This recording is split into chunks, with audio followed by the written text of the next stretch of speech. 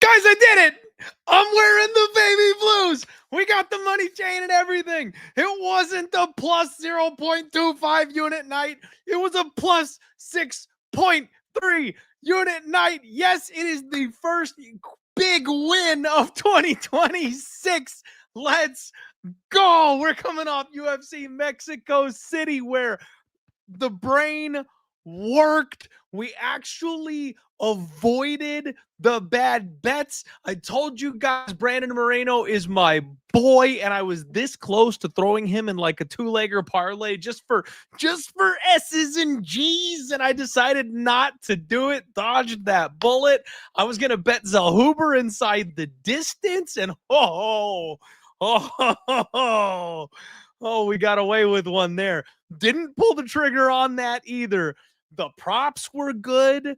We almost went to Turkey, the turkey hair transplant parlay, you guys. We're sniffing at it. We're getting closer. We are getting closer. But it was a good week, and it feels amazing. Coming off of a good week and rolling into pay-per-view season. I know. It's not pay-per-view anymore. It is the Paramount era. We don't do that whole $59.99 thing these days. Thank God for that. But it is big-time fight week, guys. UFC 326, the BMF belt is on the line. And I got to tell you guys, I threw a post up on socials today, and I was like, when they started the BMF belt thing, I'm going to be honest with you, I was not a fan. I thought it was stupid. All right. Like, first off, you've got Jorge Masvidal and Nate Diaz, who I know they've got like little pockets of favoritism between those two guys. They've got some good fan bases behind them.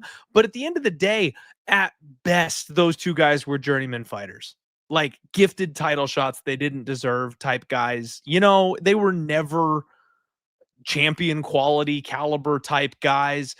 I just thought the BMF was a waste, man. I mean, it was cool to have The Rock give the guy the belt and all that kind of stuff, but the last couple of fights is like, okay, these guys are the real BMFs. And that's what we've got this week, where Max Holloway and Charles Oliveira, you were going to have a hard time finding anybody who's more deserving of the title of BMF than these guys. So I'm coming around. I'm kind of okay with it. If these are the types of guys that are going to fight over that belt, I'm in. I'm good with it.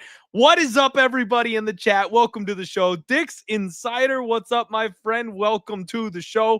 Vice City Living, the Grateful Dude, Boogie Down, Jerry in the house, my guy D. What is up? Salt, Dirt, Louis Mack Jr., Tyga. How's everybody doing? Welcome into the show. The only Godfather. Welcome back as well. All right, guys, do me a favor. It is big fight week. Share this bad boy out. Smash that like button for me. Jump in the comments. Let's get this thing popping. If you're on socials, share the show up, because with this kind of a fight card, I'm bringing the heat when it comes to the guests. One of the sharpest people I've ever met in my entire life. This man had an absolutely stellar 2025 betting year. And so we are hoping that he can share just a little tidbit of that knowledge with us, maybe rub off a little bit on me so we can continue making some cash here in 2026. Welcome, Mr. Electrocute, none other than Art. What's up, Art? How you doing today, man? What's going on, my guy Clint? Thanks for having me, man. Always fun breaking down cards with you. This card's going to be a banger. Looks to be pretty good from top to bottom. BMF belt, Max Holloway, one of the goats. He's in my top 3, top 2 up there. Always a fun fight with Max Holloway. So can't wait to get into that. Absolutely. Max is just doing the dang thing, man. It is pretty cool to see him do that. You know, the legends these days, a lot of them are kind of slipping. It's cool to see guys like Charles Oliveira and Max who have still kind of got it at this point in the game. You know, maybe losing to the title holders, losing to the top three, that kind of thing. But anybody else, they're still whooping ass, man. So I can't wait for this one. How'd you end up doing last week? Very small win. 2.2 units overall. We were live for like a 100 unit parlay all the way up until the main event. We needed Oh Brendan no. Moreno to win rounds 4 and 5. Unfortunately, he couldn't get those takedowns. He held Kavanaugh up against the fence. Couldn't win the rounds. You know, we were like checking the scorecards afterwards to see. But unfortunately, would have cost us about 30K. A little bit short on that. We missed on a Francis. We had Francis Marshall and the over half a round that lost by a Oof. second. So it was like a big 4 unit swing there from winning 2 units to down 2 units sort of thing. But overall, pretty good. Live betting, we made about 10 units live betting. So we've been absolutely crushing live betting Ah. overall. Just an absolute money printer there alive. But pre-fight, you know, we're up and down. We're good. We're still profitable for the year, but we're just waiting to take off. And I think this week's the week.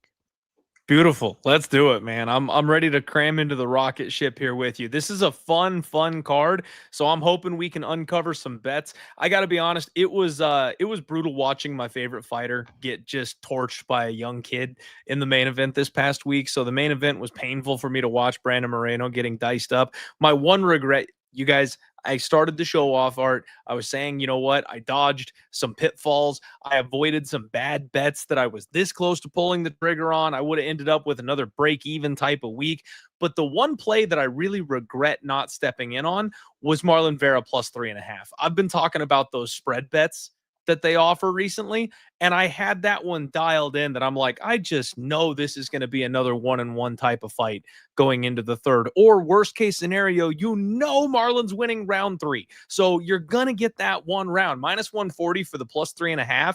I looked at it all week, and then at the end of the day, I just decided I made cuts, man. And that's where I didn't play Zell Huber inside the distance. I didn't play Brandon Moreno, and I didn't play Marlon Vera. So you got to take the good with the bad, but I really regret that one because I was pretty dialed in on that one.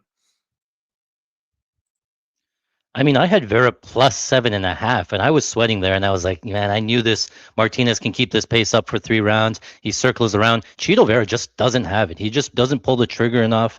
Luckily, though, the pressure in round 3, you know, it always takes him a round to get started. I went back and looked at the stats. He's like 1-9 in round 1 fights. Like, he's just absolutely atrocious, and he always says he's going to change it up, come out faster, and just never does. Martinez was a tough matchup for him, but yeah, I was at plus 7.5, and you just need one judge to win 1 round on one scorecard, and even that I was praying. I was like, come on, at least cover the 7.5. But yeah, got out of there. He won. He lost to 29-28. Yeah, the 7.5 was clean, man. That was a good work as well. Tyga says, moment of silence for Uncle Wheezy betting Jose Medina. Oh my lord, you guys actually stream bullied Uncle Wheezy into betting Jose Medina, who's now been cut by the organization. Oh, Oh, okay, you I didn't hate to know that. see Yeah, it. official. It Yeah. it's tough times out there for Jose Medina. Poor Uncle Wheezy, man. You got to feel for the guy after that one. All right, everybody, smash that like button for us. Let's get into this. Art is our guest this week. His information is in the description below. Please make sure you're supporting him. Give him a follow as well. Like I mentioned, one of the sharpest guys in the game. And we are going to kick off UFC 326 in style, you guys. We've got Luke Fernandez, and he is taking on Rodolfo Bellato. Luke Fernandez, a newcomer to the UFC, 6-0, 30 years old. This is his debut off Dana White's Contender Series. Thank goodness we're not going to hear that this week as much as we did last week. There was a lot of Contender Series guys at UFC Mexico, but if we're looking for UFC caliber Dana White's Contender Series fighters, I think Luke might be one, man. He looks good. On Dana White's Contender Series, he got a 15-second KO. This guy has grappling victories over Phil Hawes and Eric Anders, which, considering how much work Eric Anders has put into his grappling game in recent years, that's pretty dang impressive. This guy is very physically strong. He likes to bully his way to the cage, force people up against the fence. I noted he's got really good head position. It's really frustrating when they put like the top of their head right into your chin and just kind of cram you into the cage and cheese grate you along that metal fence. He's very good at that. Apparently, he used to train with a guy like Corey Anderson, so pretty high-level grappling, good training partners. Looks like he's working out of Frankie Edgar's gym right now. His striking still is a bit of a work in progress, but he's got that wrestling clubbing power, man. He's got a couple of guys out of there in a hurry just by throwing one of those big meat hooks around and catching somebody in the right spot. Not to mention that Phil Hawes grappling where he choked him out, which is pretty impressive in a grappling only type of situation to choke out a guy like Phil Hawes, who was a very, very good wrestler before he made it to the UFC. This seems like a blue collar S-tier prospect off Dana White's Contender Series. We'll see if he pans out, but everything on paper looks really good about this guy. I harp on padded record, this, weak level of competition, that. This ain't that guy. This guy's got all the stuff you're looking for to make a UFC debut. Rodolfo Bellato, 12-3 and 130 years old. He's a 2-time Dana White Contender Series contestant, and as I've said before many times, you guys know, if you take 2 shots at it on Dana White's Contender Series, you're probably just a scrub, right? Unless they're bringing you on for a main event, they want to showcase you, they want to get you some experience, Bo Nickel style. Those guys are the exception. Rodolfo Bellato is the rule. He's the exact kind of guy I'm talking about, where you get on there and they don't give you a contract, they bring you back. You probably suck. You probably should have just got it the first time. He's very tall. He's very heavy on his feet. He does have hard calf kicks. I like that about him, with a decent jab. He mixes things up well as far as going body head, decent head movement for a big guy. He does have big, strong knees, and he's a big, strong grappler as well. He's got a pretty good heavy sprawl on him. He's been knocked out twice, both by Vitor Petrino, funnily enough, before they made it to the UFC. He got hurt really, really badly by Ihor and Krut in his last couple of fights. But the big one, Art, that we've just got to talk about is that fight with Paul Craig. Up kick. Bellato looks like he's out, but I think he was down. Whoa. Bellato was out. That was crazy. Bellato was out because then he woke up and he scrambled with urgency. So, you guys, he gets up kicked by Paul Craig, illegal up kick. And you could see in that video the way he's out flat on his back and then twitches his way back to life like a Resident Evil zombie. Like, he had no idea where he was. And then he starts trying to grapple the official. And man, I got to be honest with you, Art, I thought he was faking it. I'm one of the people that was like, that's a sell job. That's not a real human reaction. And just kind of going back and rewatching it, it's like, it really looked like he was out when he got kicked. And the way he's gotten cracked by guys like Krut and Ihor, he's got this weird ability to catch a second wind and then get his way back into the fight after he gets hurt. Almost Nate Landwehr-esque. But I think his chin is almost done, man. I think this guy is hanging on for dear life as far as his durability is concerned. So I'm going to take the guy off Dana White's Contender Series this week, Art. Rare for me, especially when they've got a big favorite price tag on them. But I don't think Bellato is all that good. I feel like he's less than the sum of his parts as far as his overall MMA game goes. Luke is a minus 225 favorite, and I think he can wrestle his way to a win if he needs to. And I think if he cracks Rodolfo on the chin a couple of times, it could be over. I think he could ground and pound him out. I don't know if he can get a sub on him. Bellato's a decent grappler, but I feel like Luke is pretty good everywhere as far as this fight is concerned. So chalk for me to start the night, man. I think Luke is probably the side. What about you? What are you doing here? I almost agree with everything that you said there, right? And yeah, the Bellato's had such a weird kind of UFC run, right? Like, he fought Navajo Sterling in that last fight, and coming into that fight, he's been rocked a bunch of times, and he took some clean punches from Sterling, who's city kickboxing. He's a striker mainly, but Sterling was able to like work him up on the fence, use those takedowns, get him down to the ground, and actually control him on the ground, which is kind of concerning, for the striker that Sterling type is, right? You talked about that Paul Craig. I was live streaming that one as well. He got up. I thought for sure it was a sell job, right? And then he was just I did too. overselling it at one point. I was like, man, but he kind of really went out, which is kind of concerning because it was an up kick, right? And like he fights Jimmy Crute. To be honest, he should have been finished and stopped in the Jimmy Crute fight. Ends up being a draw because he lost at 10-8. Should have got finished against Ihor Pretoria, but the referee lets it go. He's doing one of the referees there about to stop it and doesn't. Ihor only has one round of gas and ends up punching himself out there, right? So a couple of like fortunate wins, really not super impressive, right? And on the Luke Fernandez side, like you said, I don't normally like to take these guys off Contender Series, especially at big juice, but this guy looks the part, and it's hard to to really get anything out of his last fight. Contender Series, 15-second KO. So you really got to go back into the regional tape and stuff, right? And he's big and strong. You talked about the wrestling. He teaches wrestling. You talked about the grappling with Phil Haas and stuff. That was pretty impressive. Just shows you what level of a grappler he is. UFC caliber. Fighting these guys, Eric Anders and Phil Haas, and winning these grappling fights. The striking is a little bit raw, but it does have good power. And what I find that he does is like he uses the overhands, gets into the pocket, and really just pushes guys up into the fence. Uses the clinch, right? And then on the fence, he's really grinding on you, pushing you on the fence, pushing you there. And it's not the most exciting on the fence, but it's grinding. And to be stuck on the fence and not being able to move really wears on guys. And it's actually part of his game plan is to push guys on there, right? So even before the Contender Series coming into the UFC, again, Christian Edwards, that was a 4-round fight. You thought that maybe he doesn't really have the style because he throws so hard, he grapples, he's big and muscular, but he went 4 rounds easy with Christian Edwards, getting takedowns easy into rounds 2, 3, and 4 and stuff. So the cardio is not really an issue. The power's there, the grappling's there. Bellato in his chin's not the best there. So I expect Bellato to have a similar game. I expect Fernandez to have a similar game plan, right? Where he's going to come out hot, he's going to throw some overhands, and he's going to work that clinch. He's going to work his way into the clinch, push you up against the fence, really wear on you, drag you maybe into the deeper waters. Bellato doesn't really have cardio issues, but it's more like he's getting rocked and coming back sort of thing. So Bellato's only ever allowed 1 takedown. So I don't know if the wrestling, Luke Fernandez, has some really good wrestling. I think that he's on top. Bellato could sub from bottom, but Bellato tends to just close his guard when he's on bottom. He looks for arm bars, but he loses a lot of minutes there. So I think that Luke can win minutes on top from grappling. He'll win some control minutes on the fence there. He'll have a lot of bigger strikes. Bellato might get knocked down, once or twice. So Fernandez has a lot of minute winning upside here. Bellato has to catch him in some sort of weird transition scramble submission or hit him with something big. We haven't really seen Luke Fernandez get tested chin wise.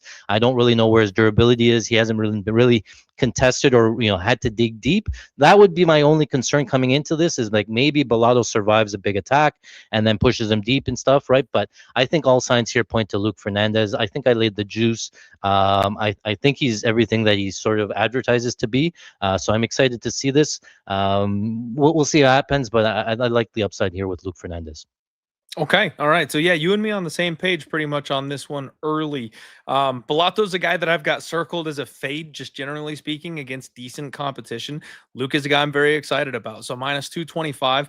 I've said, Art, this year I'm going to do my best to swallow my stupid opinions. And when the UFC comes in with one of these really good looking prospects, even if it's off Contender, my first instinct is always to fade them. Just, I don't want to be paying up for a guy that's unproven at this level.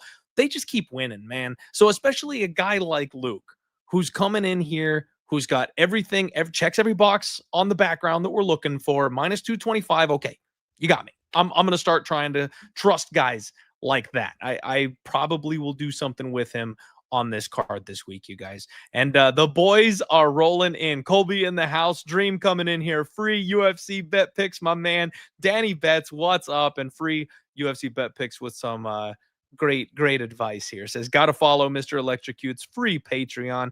Would probably be smart to sign up too, but he gives out great advice for free all the time.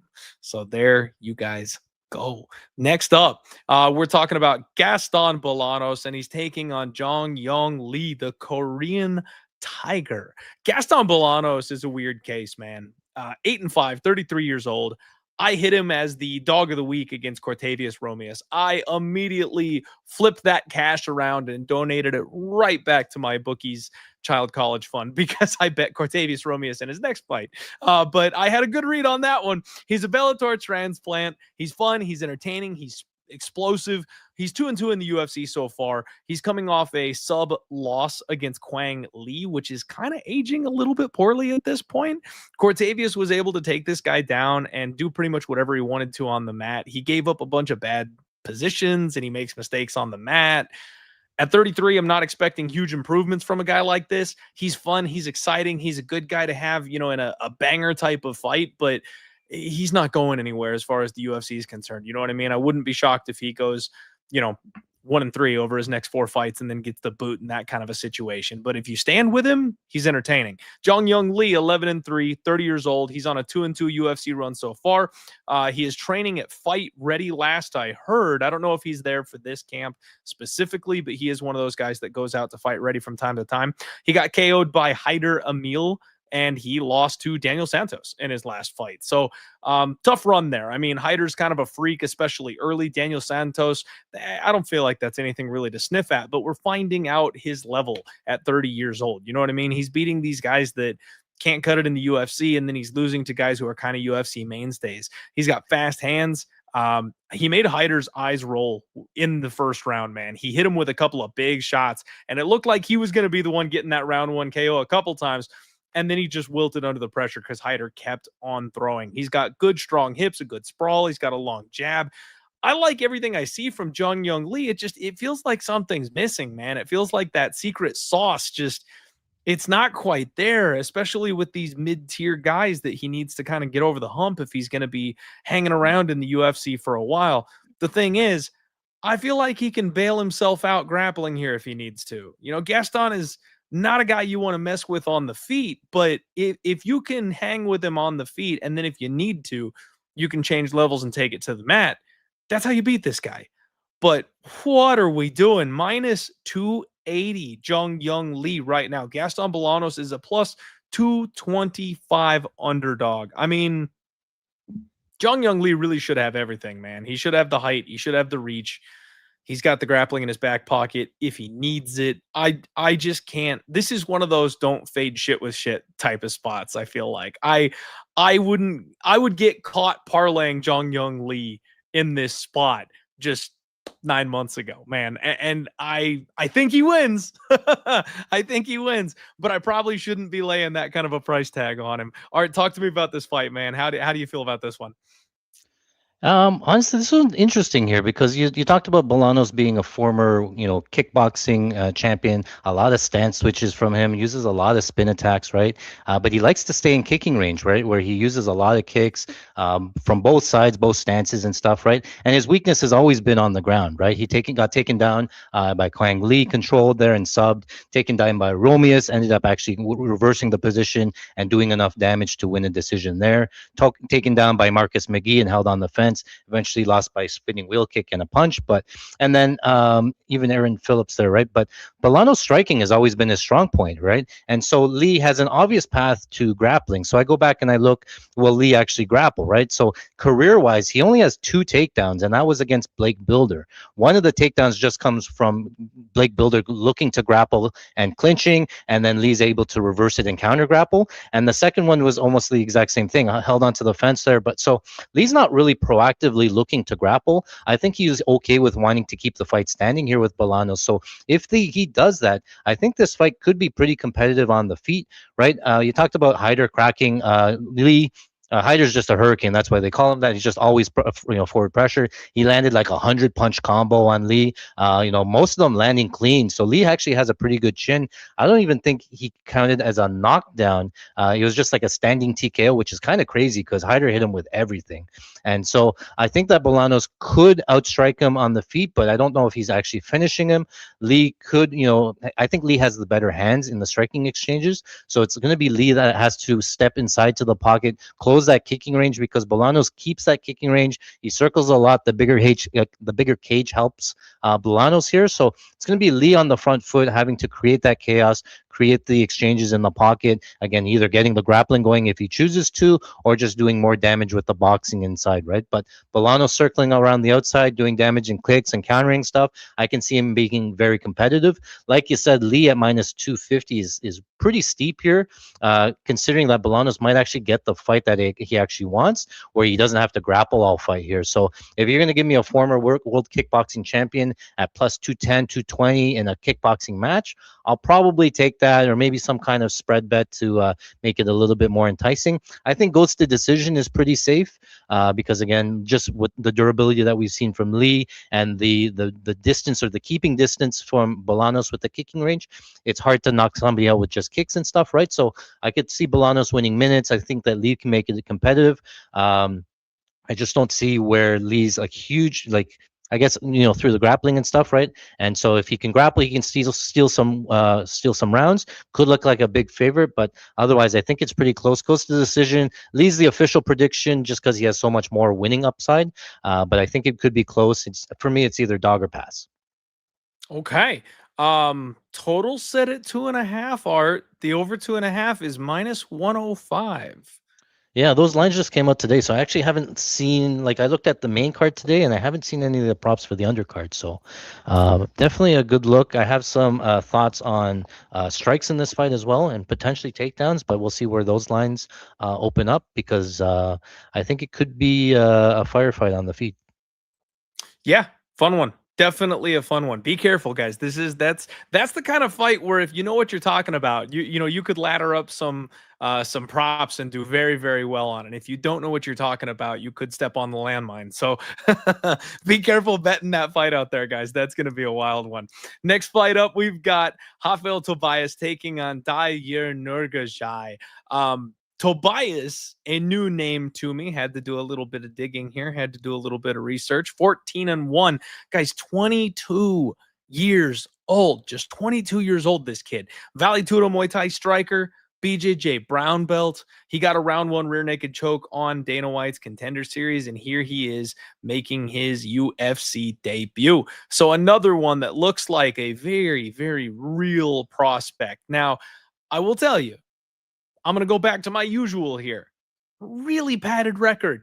9-5, 8-5, 0-0, 4-3, right? Like this guy is the type of guy who's getting fed a bunch of nobodies to get the experience that he wants out there. Now, his last couple of wins, 12-4, and then 6-0, his opponent on Dana White's Contender Series. So, can't knock him for those last couple. He's finally kind of taken a step up. But again, another guy who has essentially all the accolades that you're looking for. Good gym, high-level BJJ brown belt at this point, solid frame, heavy on his feet. I mean, he's got that grounded Muay Thai striking art that, both feet firmly planted, stomping his way forward, solid long jab, very quick counters, heavy hands, that calf kick. He loves to just rip at people with that low calf kick. His head does not move, though. I mean, like, not even a little. He's on a pole with his spine, man. His head doesn't go anywhere. He's been hit a couple times, and that one loss was a knockout loss, man. He was KO'd by a guy in LFA who's 4-3 now. So maybe you want to say that lesson, maybe unlucky, maybe got caught, all that kind of thing, but it was pretty rough watching his head just kind of pang around in that fight. Didn't really have much of an answer. Car crashed with the guy over and over and over again and paid for it, man. So I've got some questions. Obviously somebody to maybe be excited about, but we've seen other guys with similar setups to Tobias not really pan out at the high level because that problem, that hole in their game is something that gets exposed at the UFC pretty quickly.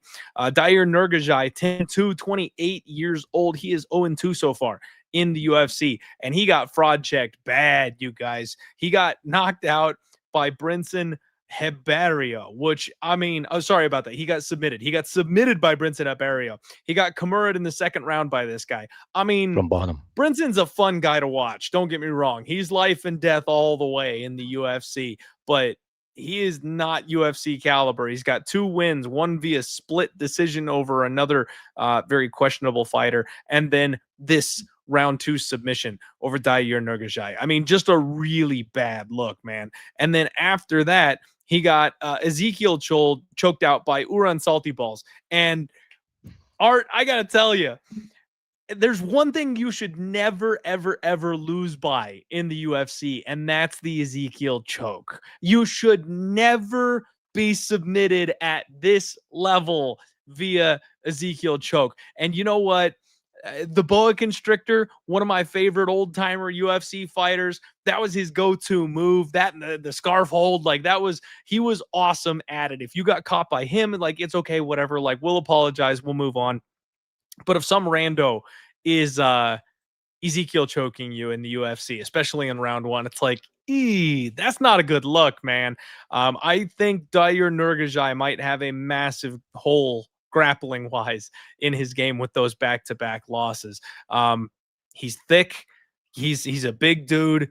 Pretty good outside footwork. I mean, I loved his knockout on Dana White's Contender Series. He hid the head kick behind a jab, and that's a real sneaky, decent high level type of striking move, man. So he's dangerous. He is dangerous on the feet, but I think he can be exposed on the mat. And now that we've seen that, it explains why this 22-year-old 14-1 BJJ brown belt is probably getting Diyar in his first fight here. So I've got to lean with the kid. I got to lean with Rafael Tobias here.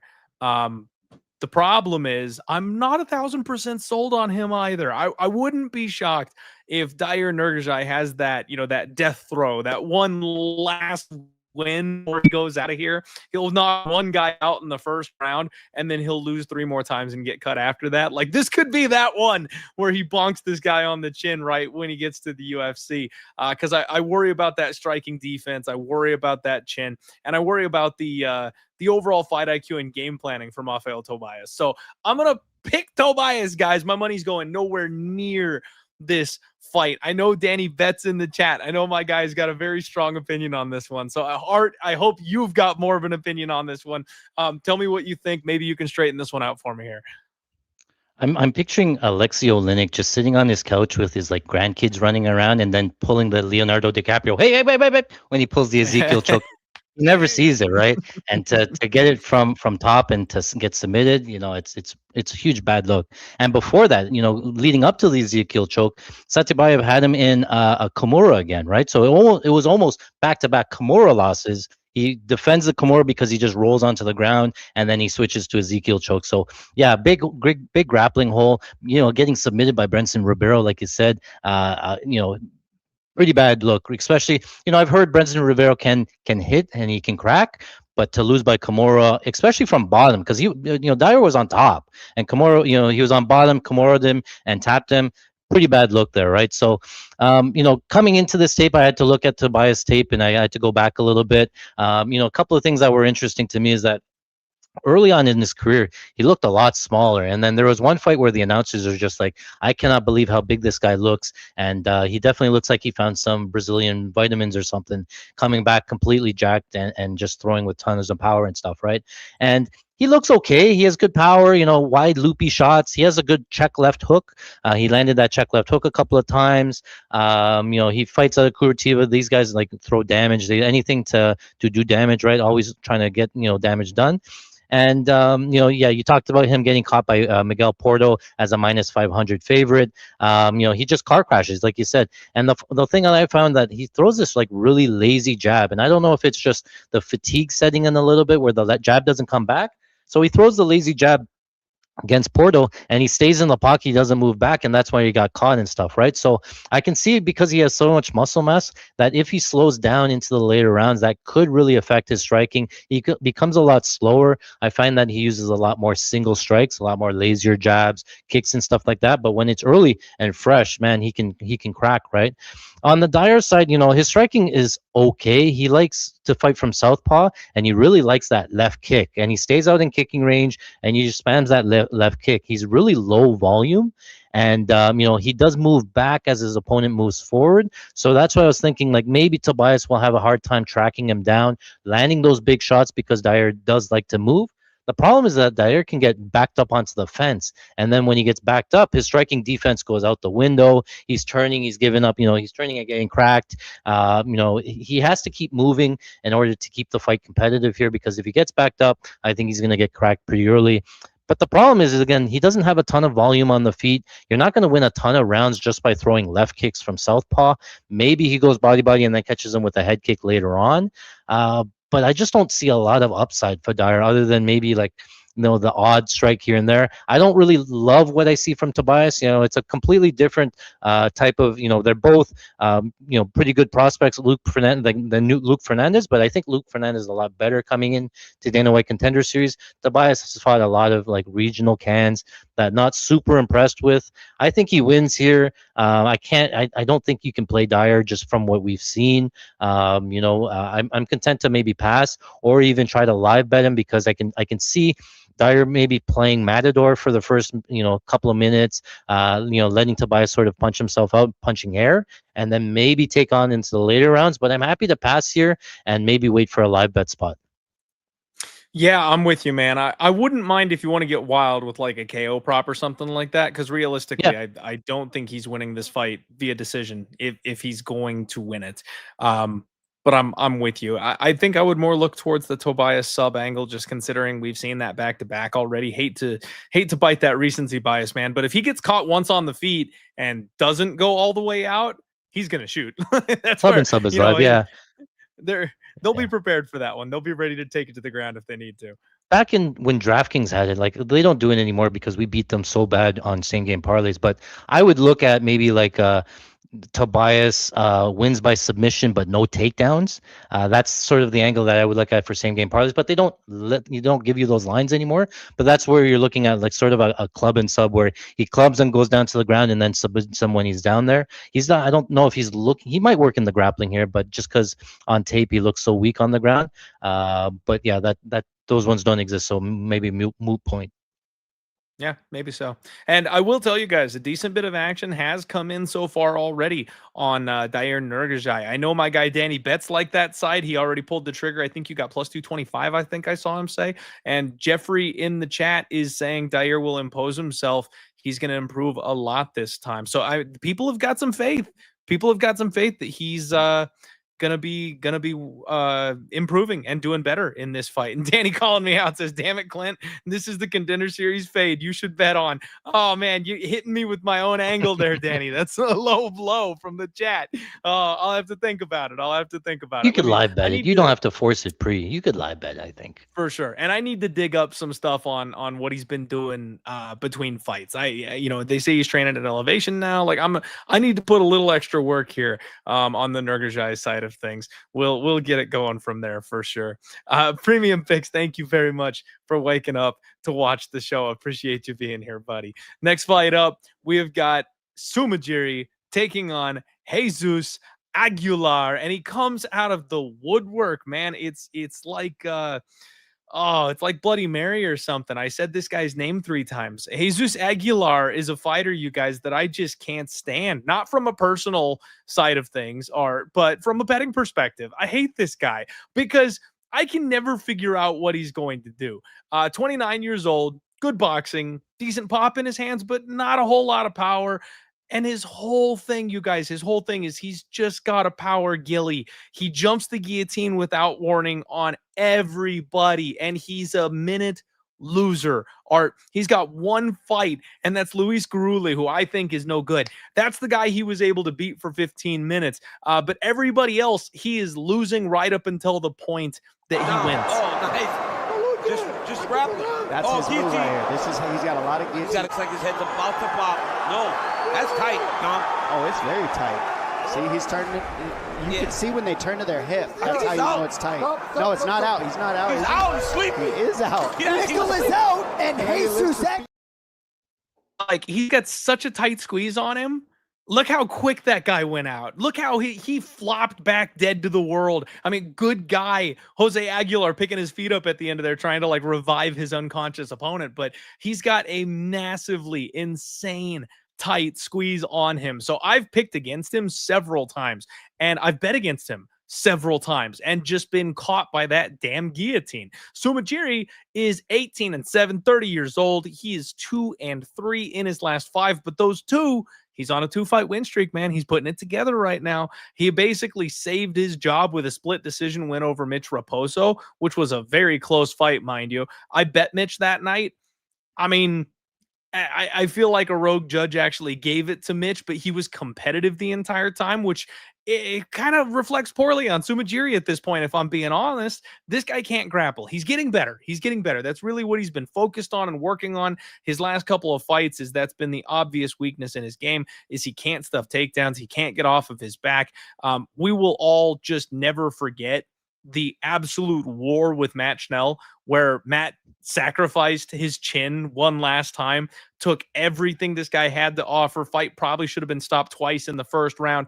They let it continue, and Matt just beasted his way to grappling in the second round. Got this guy on the mat, choked him out. Massive comeback. One of those wins that I didn't deserve. I had Matt by sub that night and felt really great about it after watching that comeback. But like Mitch Raposo went 6 of 19 on takedowns. He's coming off a decision win against Kevin Boras, which good matchmaking there, a guy that's not really going to shoot a whole bunch of takedowns at you, that kind of thing. Now they're putting him in here with Jesus Aguilar. Again, a guy who I don't really think we're going to count on to shoot takedowns. He jumps gilly. He likes to box. He wants to come forward and box at you. And then if you decide to stick your neck in his arms, he'll take it. But it's not something he's going to be hunting. Sumajiri's going to be way taller, way longer. And I don't know that Jesus Aguilar is going to have much of an answer on the feet. But now that I've said that, y'all can cash your Jesus Aguilar tickets. Because if I'm not picking him, Art, he's going to win. So I have to say Sumajiri is going to win this fight. But at minus 265, he's one of these guys for me that is a never minus 200 price tag. Like, I'm not betting this man at that level of chalk. You could maybe talk me into a decision prop if I can get somewhere in the ballpark of even money. Sumajiri by decision maybe kind of has a little bit of a ring to it, but it can't be minus 180. Like I need like a minus 130 price tag or something like that, even on that kind of a prop. So I'm thinking over. I'm thinking Sumajiri, but I am very, very open to the idea of Jesus Aguilar showing up with his singlet on and showing some wrestling chops we've never seen before and taking this guy down. It would be hilarious, and I can see it. I can envision it, but I have nothing on paper to tell me that's what's going to happen. Art, what about you? Yeah, we just saw Luis Grulian this past weekend, and he does have a wrestling background, but just doesn't choose to use it. And Aguilar was able to just circle around, use his footwork, and really outpoint him to a decision here. Aguilar's been put on his back a couple of times, but I find that he's not bad off of his back. He throws up the submissions, he creates good scrambles, right? Estevam got him down 11 times, but really couldn't hold him down. So he creates scrambles and gets back up.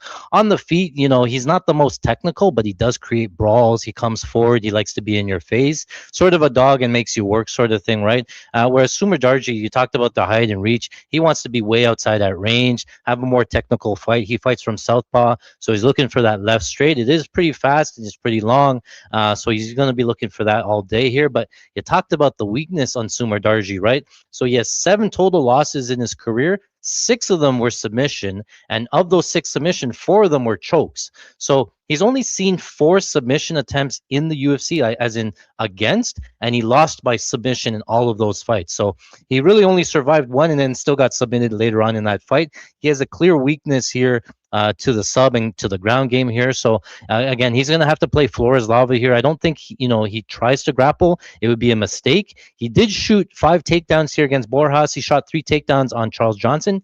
Didn't get any of them. So if he chooses to shoot and sticks his neck into here, I can see Aguilar snatching up that neck and going guillotine, right? Aguilar has 6 guillotine finishes. You talked about that squeeze. The problem is if he doesn't get it, he ends up on bottom, or he can burn his arms out, right? And you don't want to do that against Sumajiri. So I could see the fight ending a couple of ways.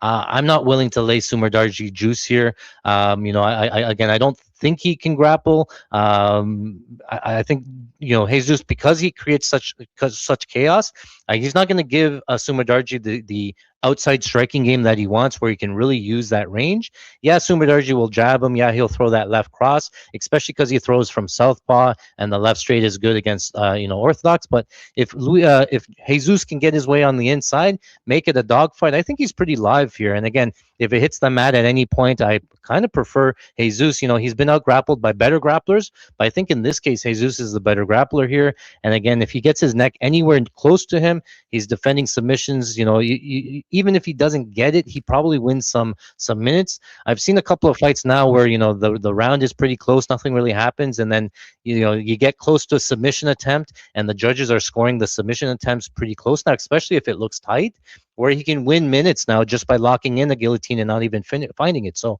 for me, again, it's going to be dog pass here. I don't know if he can lay the juice on Sumerdarji, just because he has to sort of fight the perfect fight at range, and Jesus is just not going to give him that type of fight there. I think he might find the submission. I think he might find the guillotine. He'll find his spots, and you could, it's always funny because you'll see like a Jesus Aguilar by submission, maybe at like plus 250, and then you go to MGM or something, and then you go Jesus by guillotine at probably like 280 or something like that, and you're like, is it worth the 30 cents? And probably not. But yeah, if he's going to win, it's probably guillotine here. I might take the shot because depending on the price, I haven't seen if the numbers come out, but you might get sub at like plus 400, 500 here. Unlikely because of Sumerdarji's weakness, but I'll take a shot on the dog here, and I'll take him by submission. Does he even have other submissions?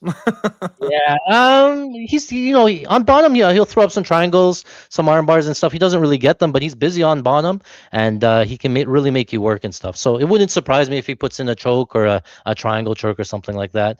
I think he might. Does he? I think he had like a Peruvian necktie attempt at some point there. So different grappling. I might have mixed up my fighters, but. Yeah, I have him as slimy on bottom, very hard to hold down and very crafty when it comes to submission. So, hey, opener for this thing is Jesus Aguilar by sub plus 400. So they're not cheating you on this one. Yeah, they're giving you an honest number. Yep. Not too bad. Plus 215 dog, plus 400 by sub, and you know what? Art on the sub prop, I might have to find a way to mix that in somewhere. And just so the gambling gods are fully aware, I'm not picking Jesus Aguilar. I'm tailing a friend. It's not my call. That way we're still alive for that to, hit and cash. Maybe that's how it works. Apparently I'm going to get some sage in here. Don't jinx me, man. All right. Can't piss off the gambling gods, man. That's bad juju. All right, guys, next fight. We have got Cody Durden, and he takes on Nyamjargal Tumendemberel. Yes, that's how you say that. Cody Durden, he went from being just one of the hard-nosed, loud-mouthest, I'm taking the belt, I'm taking everybody with me, to he turned around to I'm going to be the new Kevin Holland real quick, man. He's on a rough run right now, 1-5 in his last 6. And when he lost a couple in a row, he came out and he's like, sign me up. I'm a company man. I'll be the new Kevin Holland. And the UFC went, okay, great. Thank you. And they turned this guy around as fast as they possibly can and just chuck him in there against whoever they feel like getting a win against. He has always been a phenomenal wrestler. He's a decent boxer. The cardio has always been a little bit of a question, but he ruined my night back in 2023 when he somehow decided Jake Hadley was not going to be the guy to submit him and powered through a heart attack that night to not get submitted. And since then, it's been just kind of off the rails, right? Starts incredibly well against Diyar, starts really well against Brunno Silva. Both of them get him out of there in round 2. He doesn't go down to Josh Van somehow, some way. He got finished by literally everybody else. Sub lost to Nascimento, KO'd by Jose Ochoa, KO'd by Brunno Silva, subbed by Diyar. But did he go down when I had Josh Van inside the distance? No. Why? Because fuck me. That's why, right? Like this guy, even when I fade him, he's still costing me somehow. I don't understand. His lone win is to the corpse of Matt Danger. Schnell, he got a round 2 sub against him. If he can dominate the grappling, if he can control the pace, he's a very strong wrestler. He's got chokes. He's got ground and pound. He just has to be able to dictate those things and control the pace. This is where I wonder, man, is it time to try to catch the falling knife? Because the UFC has used him against guys that are far higher level than he is, right? He did really well against Bruno Silva at the beginning of that fight, and it was a massive power shot that turned the tables. Alan Nascimento is a monster. That man is a size bully at this weight class, a very powerful grappler. Nyamjargal is 27 years old. This is a road to UFC fighter, and you guys know how I feel about these road to UFC boys. Most of them, you need to put them back in their microwave for another 15 minutes. They're just not ready yet. They're not seasoned enough at this level. Nyamjargal literally just got sent back to the road to UFC. Art, his most recent win was an anaconda choke in the road to UFC. They were like, okay, you made it to the UFC, kid. Congrats. He took an L and they went, no. Back to the road to UFC you go. So this is his second assault on the UFC, and he lost a split decision to Carlos Hernandez in his first run at the UFC. And Carlos is a guy who I've got respect for. I like Carlos, but he's tough and durable, and that's it, right? He's a good wrestler. He's got great cardio, but he's got no threat on the feet. He has no pop in his hands. His submission game is not overly potent either. Like he's just kind of a warm body in there. And that's why they used him to build up so many of these prospects that he's had to fight against. So Nyamjargal is a finisher. At least he was, pre-UFC. He's got very dangerous submissions. You can see he's got a variety of them too. Good chokes, armbar subs. He's very aggressive with his offense, so he can find ground and pound. He can find power shots on the feet. But at the UFC level, it just didn't look like he was even close to the guy that he was regionally, and that's got me kind of scratching my head here. When this line dropped, it was basically a pick'em. And I thought that was weird, Art. I thought it was weird that they made this a pick'em, because as much as Cody Durden might be a guy that's kind of a shell a little bit at this point, like we kind of know what he is. He almost falls into like the Bob Sapp category. Like he's just going to give it his all. And if the going gets tough, he'll take the paycheck and he'll run it back because the UFC is going to give him that call again in another couple of weeks. I feel like this is the kind of guy that he's still a level up on, though. And somehow, going from like opening to a pick'em, the money came in on Nyamjargal. Now, the Achilles heel of the submission defense is the real issue here. That's the big hole in the game of Cody Durden, and it's always been the big hole in the game of Cody Durden. But outside of, hey, this guy gets caught and chokes every once in a while, what's Nyamjargal gonna do to him? I'm confused by this. I truly don't understand why Nyamjargal is the favorite in this fight. Talk me out of putting my money on Cody Durden this week, Art, please, because I don't want to lose money betting on this guy. But when Nyamjargal's sporting a 54% takedown defense rating in the UFC, when he gets taken down 4 times by Carlos Hernandez, like, Durden is just a more potent version of Carlos Hernandez. Why do we think he's not winning this fight? Yeah, you could be onto something, and I don't disagree. And I'll give you a couple of points, and back and forth on this. I do want to say, Big Marcel. He says that I could be Tumendemberel's last long cousin or something. He's like, that's what he calls me. The art of betting is what I am. But yeah. So with Tumendemberel, like. Pretty good fast counters, right? Fast hands. He swings out of his boots, right? He's just wild sometimes, right? He has 3 first-round finishes under 30 seconds, so he's just wild out of the gate. And, that wildness can put him into some, bad spots. You talked about Carlos Hernandez getting him down 4 times. Even though the on the road to UFC, Top Noi Kiram, who's a Muay Thai specialist, got him down 6 times and controlled him. Very poor look, especially into round 3. The referee having to stand up to Demberel to get back onto the feet. That was the only way he was going to get up. And then he ends up winning a split decision. If the referee keeps him on bottom, he probably loses and probably doesn't even get a shot in the UFC, right? So on the feet, though, he's pretty good. Different strikes, variety of strikes, elbows, knees, different angles. I think he might be a little bit better striker here than Cody Durden.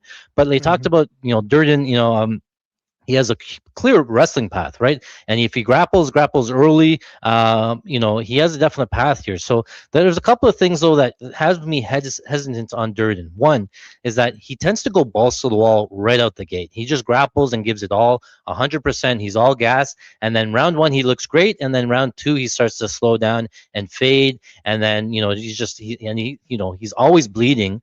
So judges these days really look at the blood as a damage criteria. So as soon as he bleeds, you could lose some, judges, score, especially if the round is close. But Durden does have a clear wrestling path. It wouldn't surprise me if Durden gets him down and just lays on him for 3 rounds. He wins an easy decision, right, sort of thing. He just has to take it easy, pace himself, not really go out. I found that Tumendemberel, he has a Mongolian Sambo. He has a judo background. He does get up pretty well. That Carlos Fernandez was a split decision loss. He dropped Fernandez in round 1 and in round 3 and ended up losing a split. So I could see, on the feet, if he does some damage enough, he could, sway some judges. Again, the more damage, the blood, all that stuff, right? But Durden, again, getting the fight down to the ground has to be the game plan and just not gassing, right?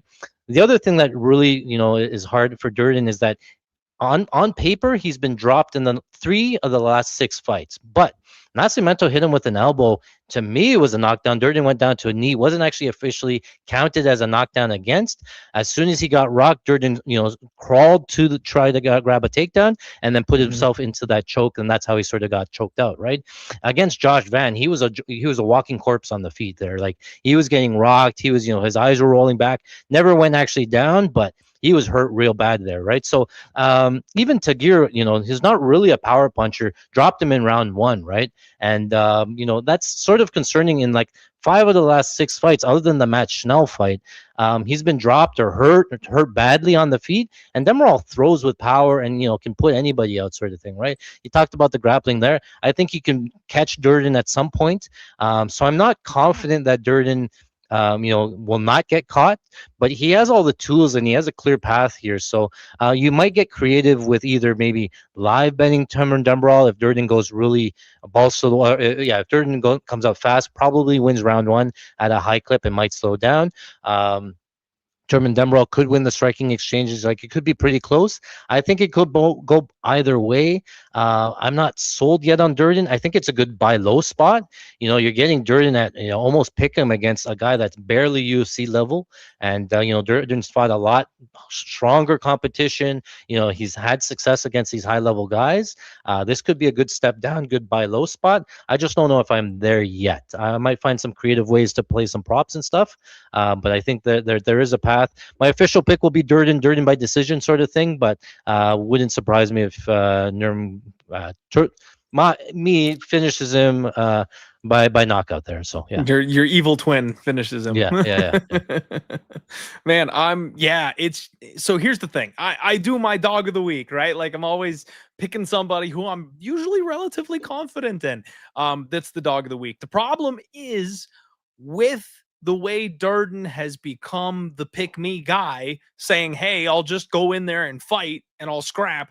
I'm like, oh, that doesn't bode well for like long-term success. Like, almost seems like and again, I'm not the man in the arena here, right? So like, I don't want to say desperation. Like, you got to support your family, cash your checks. He's fighting at the literal highest level in the world right now, so I'm not knocking him here.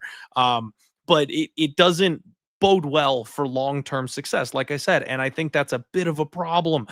He is, however, training with guys like Kyoji Horiguchi, though, and the Gooch has still got it, man. He's headed for a title fight. I think if Tatsuro Tairo wins, they're probably going to do Japan versus Japan, right? So he's going to be right there, and he's on top of his game. So Cody grappling and learning with a guy like that, not that he's necessarily going to drastically improve at 34 years of age, but it's a good guy to be working with who is streaking, that that energy can rub off on you a little bit. You know what I mean? So I'm leaning dogger pass here, guys. I don't know if I'm going to actually get to pulling the trigger on Cody Durden, but when this fight got announced, when this line dropped a month ago, I immediately was like, yeah, that's a Cody Durden spot. And then the money going the other way had me like, the fuck? Like, I was not expecting that. So yeah, I'm tempted. I'm definitely scratching my chin here on this one, because Catching I a mean, falling knife is not a good strategy, generally speaking, but the wider this line gets, the more interested I am in Cody Durden. the more and more I see and I watch the betting markets, I'm under the impression the betting market are not sharp at all. I think they see, 3-fight losing streak, 5 losses, things like that, and just say this guy's trash and just bet based on record and stuff, right? And you have to go real back into the regional tape. How many of these guys are watching Road to the UFC fights and like all this stuff before making a bet on Tumendemberel? I'm not convinced that they're there. I think some early money, obviously the sharps will. But I think I'm not too concerned with the the movement of the betting market, because I don't really find that it tends to be sharp, but sometimes it is. Maybe it's the bigger bets, but I think during I like these buy low spots, and this could be one. I don't know if I can get there yet.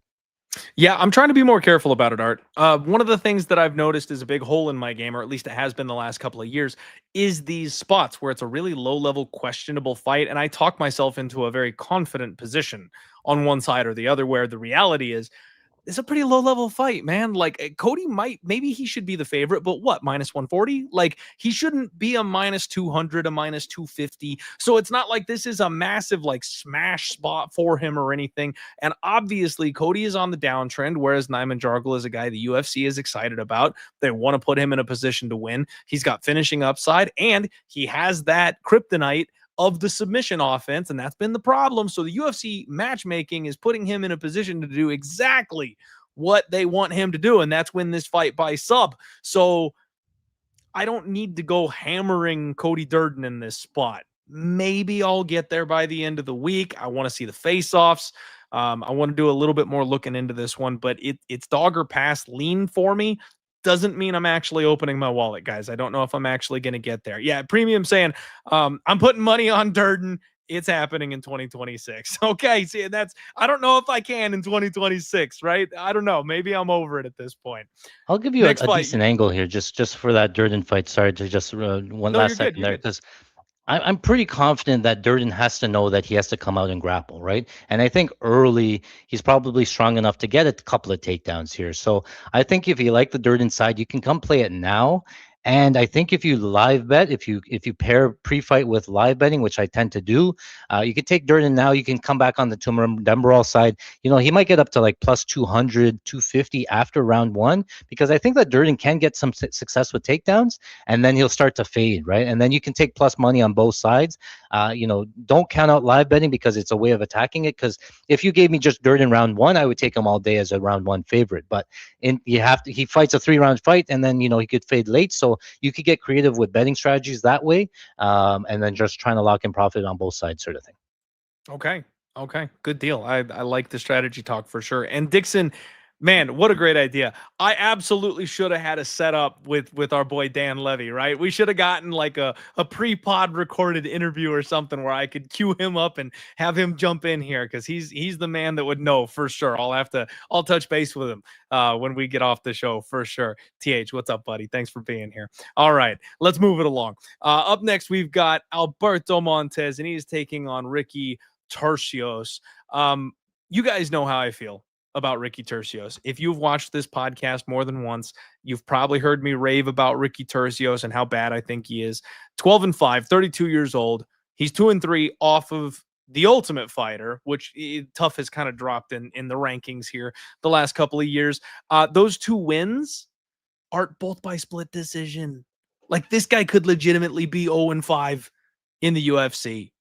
And I honestly thought he got cut before they put that fight together. He was booked against Cam Smotherman, and Cameron face planted after weigh-ins. That fight got pulled because of that situation. Obviously, we're still kind of hoping Cam is okay. I feel a little bad, actually, because I didn't follow up on that, and I didn't realize I hadn't thought about it since until I looked at Ricky Turcios' record this week. So that's on me. We need to check and make sure that Cam Smotherman is doing all right. But at any rate, the fight that really stood out most to me, man, and I know Aiemann Zahabi is on one hell of a run right now, okay?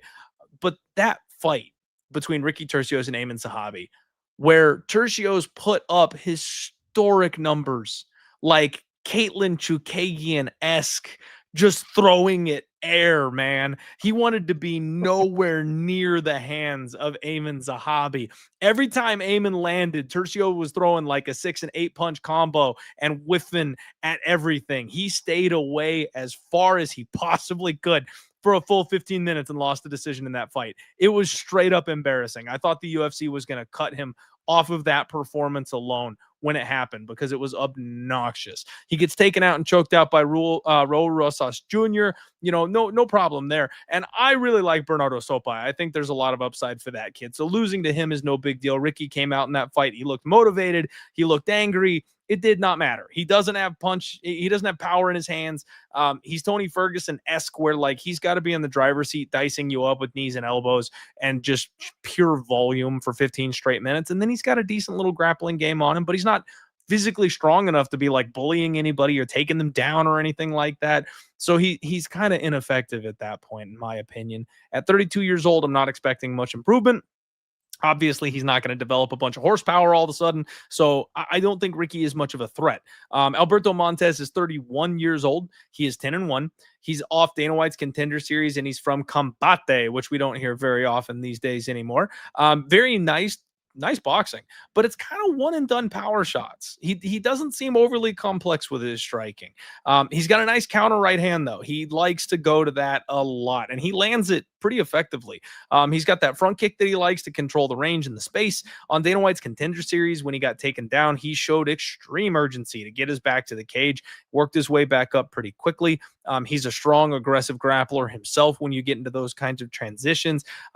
He was playing defense the whole fight on Dana White's Contender Series. And then the second he had an opportunity to grab a neck, he sold out more than once. He tried to sell out for that choke. His favorite move, you guys, the Anaconda. This is the fight where you look at those, MGM props where they tell you specifics. I should have saved this nugget for Friday. You guys are going to nuke the market before I ever get to it. The Anaconda choke is what he's looking for. Exactly. The Anaconda is usually like 30-1. And in this fight, they'll have it at like 5-1 because that's what this guy goes for. They're smarter than that these days, but 1 or 2 bets and they're going to drop that price even further. So it's not great, but Alberto's a dog, man. He's the kind of guy you like to see in there, right? He wants to keep coming forward. He wants to punch you in the mouth. Like this is the kind of guy you want to put your money on, in my opinion. So I don't know that he's worth a 2-1 price tag in his UFC debut. Personally, this fight probably goes the distance unless Montes hits that Anaconda choke. I'm not sure how aggressively he's going to be wrestling against Ricky Tercios. So we probably get kind of a 15-minute pitter-patter type of striking match here. I think Alberto Montes probably is being put in a position to win, but he's from like a mid-tier regional scene with some okay wins, and I'm not overly impressed by him, so I wouldn't be shocked if Ricky kept this one close. This could be another split in the making. Yeah, talking about that MGM props, right? It was funny because last week I took Wes Schultz, and he was coming off the Suloev stretch win in Dana White Contender Series, and normally on at BetMGM, Suloev stretch is like 250-1, but because he was coming off that win, we were only getting like 25-1, so you can't play it. They're on to us, but those ones are never playable. But if you did, Anaconda choke is probably the way to go. I think they lump Bravo choke in with Anaconda as well. Maybe you get some value with DARS or something like that. But I watched the tape. I didn't do deep dive in terms of like where he's been. So Montes wins that Dana White Contender Series contract in 2014. So it's almost been a year. It's been a year and a half since he's fought. I heard that he had some knee injury, he had some reconstruction. I don't know where he's been since then. So it's kind of concerning being off a year and a half. But from what I've seen from Montes, he's pretty well-rounded.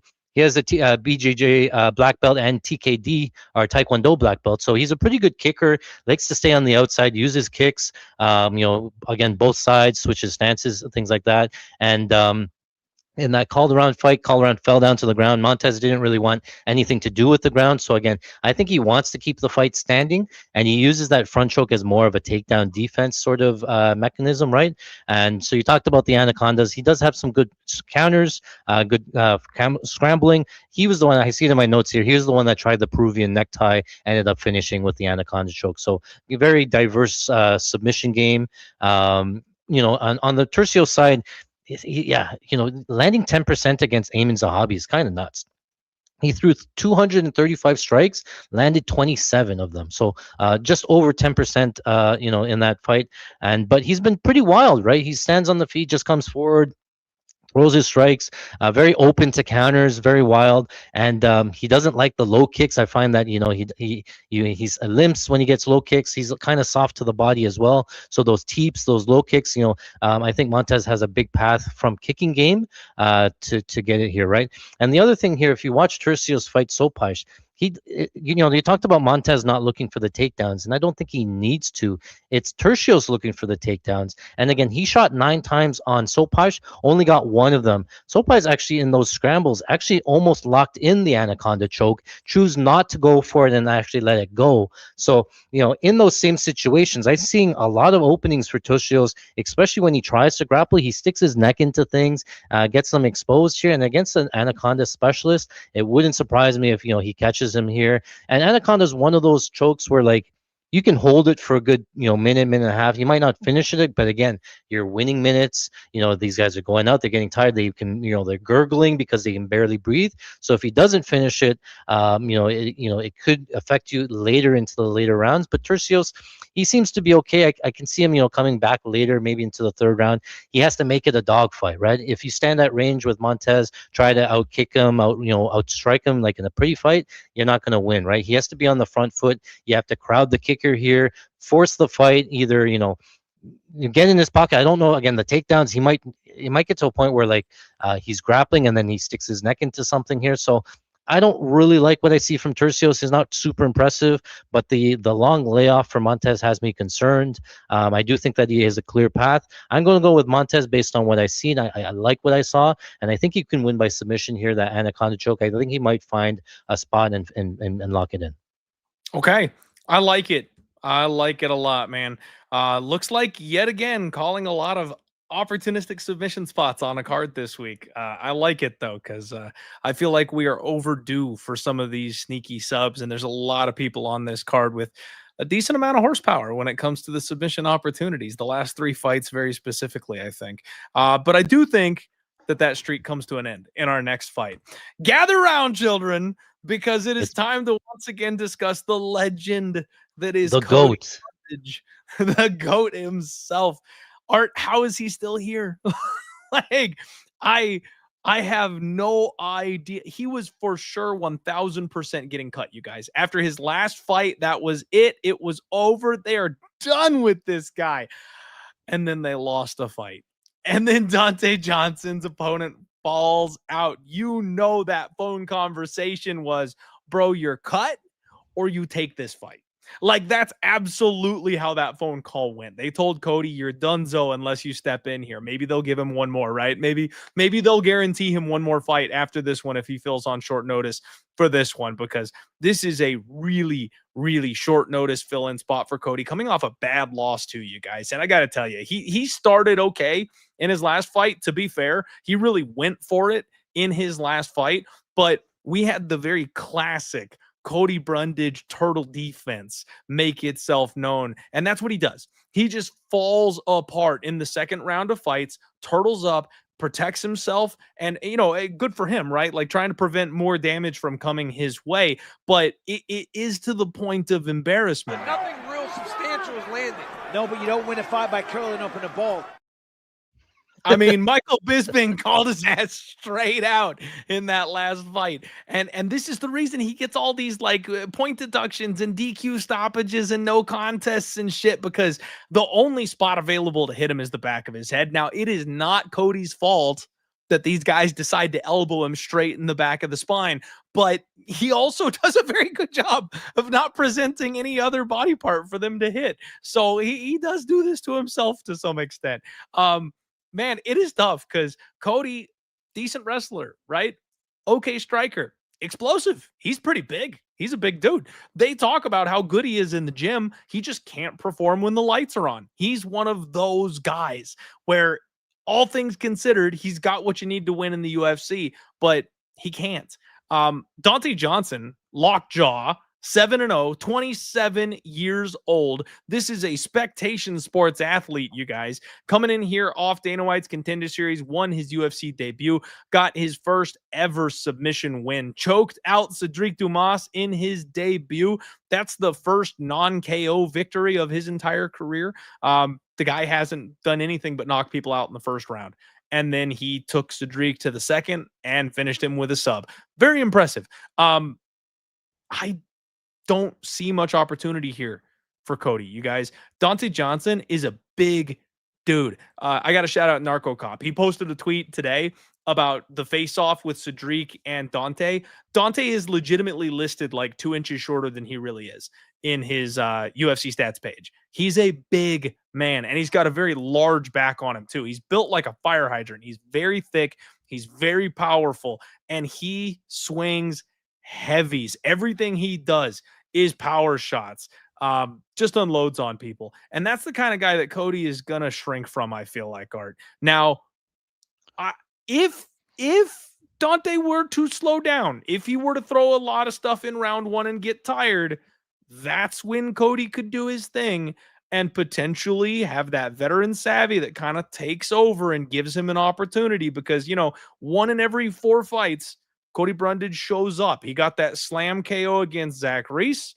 He got that weird stoppage break in the action and then knocked out Julian Marquez. So, if you slip up, this guy absolutely can make you pay. He's got the tools to do it. But outside of a weird situation like that happening, I think Donte Johnson smashes him. You guys, honestly, I think this is a position where, and you guys know, a lot of things on this podcast are said for the laughs.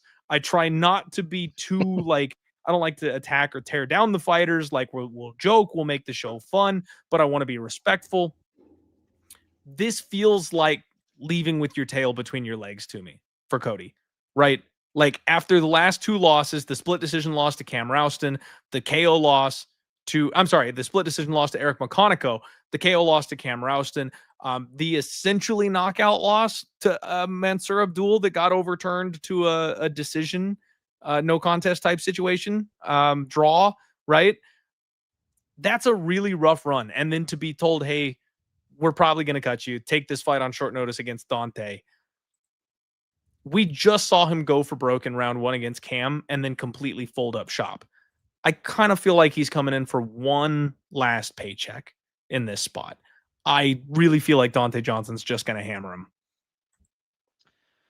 Yeah, I mean, this is a prime Cody Brundage spot. Every time he looks like he's holding on by just a string and he's going to get cut, he finds some sort of DQ, no contest thing to give you one more fight. And that's the best part about him winning about DQ is you get one more Brundage fight that you can try to fade him with, right? But he does his best, trying to block punches with the back of his head.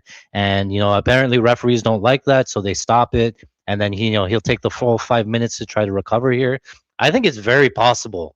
If I found a line Cody Brundage by round 1 DQ, I would probably play it because I know Johnson's a little bit raw. He throws with a lot of power. I think he starches him, like you said, and then Brundage goes down and covers up. And then he goes turtle, and then Johnson's not going to be afraid. He's just going to throw power, hammer fist to the back of the head. And then you're going to, we should find out who the referee is because, they're going to call it off. Everybody's going to count their money and then say, Brundage is going to know as soon as I get an out and I can't continue, I'm out. There's no way he says, yeah, I'm good. Let's keep going. Right. So anytime you give Brundage an out, he takes it. So, I sort of agree with what you said, sort of thing. He's just quit. He's there for a paycheck. On paper, he's well-rounded. He's okay, but he just doesn't put it together. The first sign of adversity, he's shelling up, sort of thing here. So, Donte Johnson, I want to fade him as well. He's one of those guys coming into Dana White Contender Series. I know you're big on Cedric Dumas. I'm not. I think he's whoa. Real low level. Pump the brakes a little bit. I was okay. Just so everyone is clear, I was big on his physical attributes when he made it to the UFC. It kind of became a running joke where he was like my guy. He has not captured any of that Okay, upside all that I right. thought he had physically. So like I'm not high on him. There are fights where he's lined so incorrectly, Ark, where he will be a plus 250 and I think he's live to win the fight.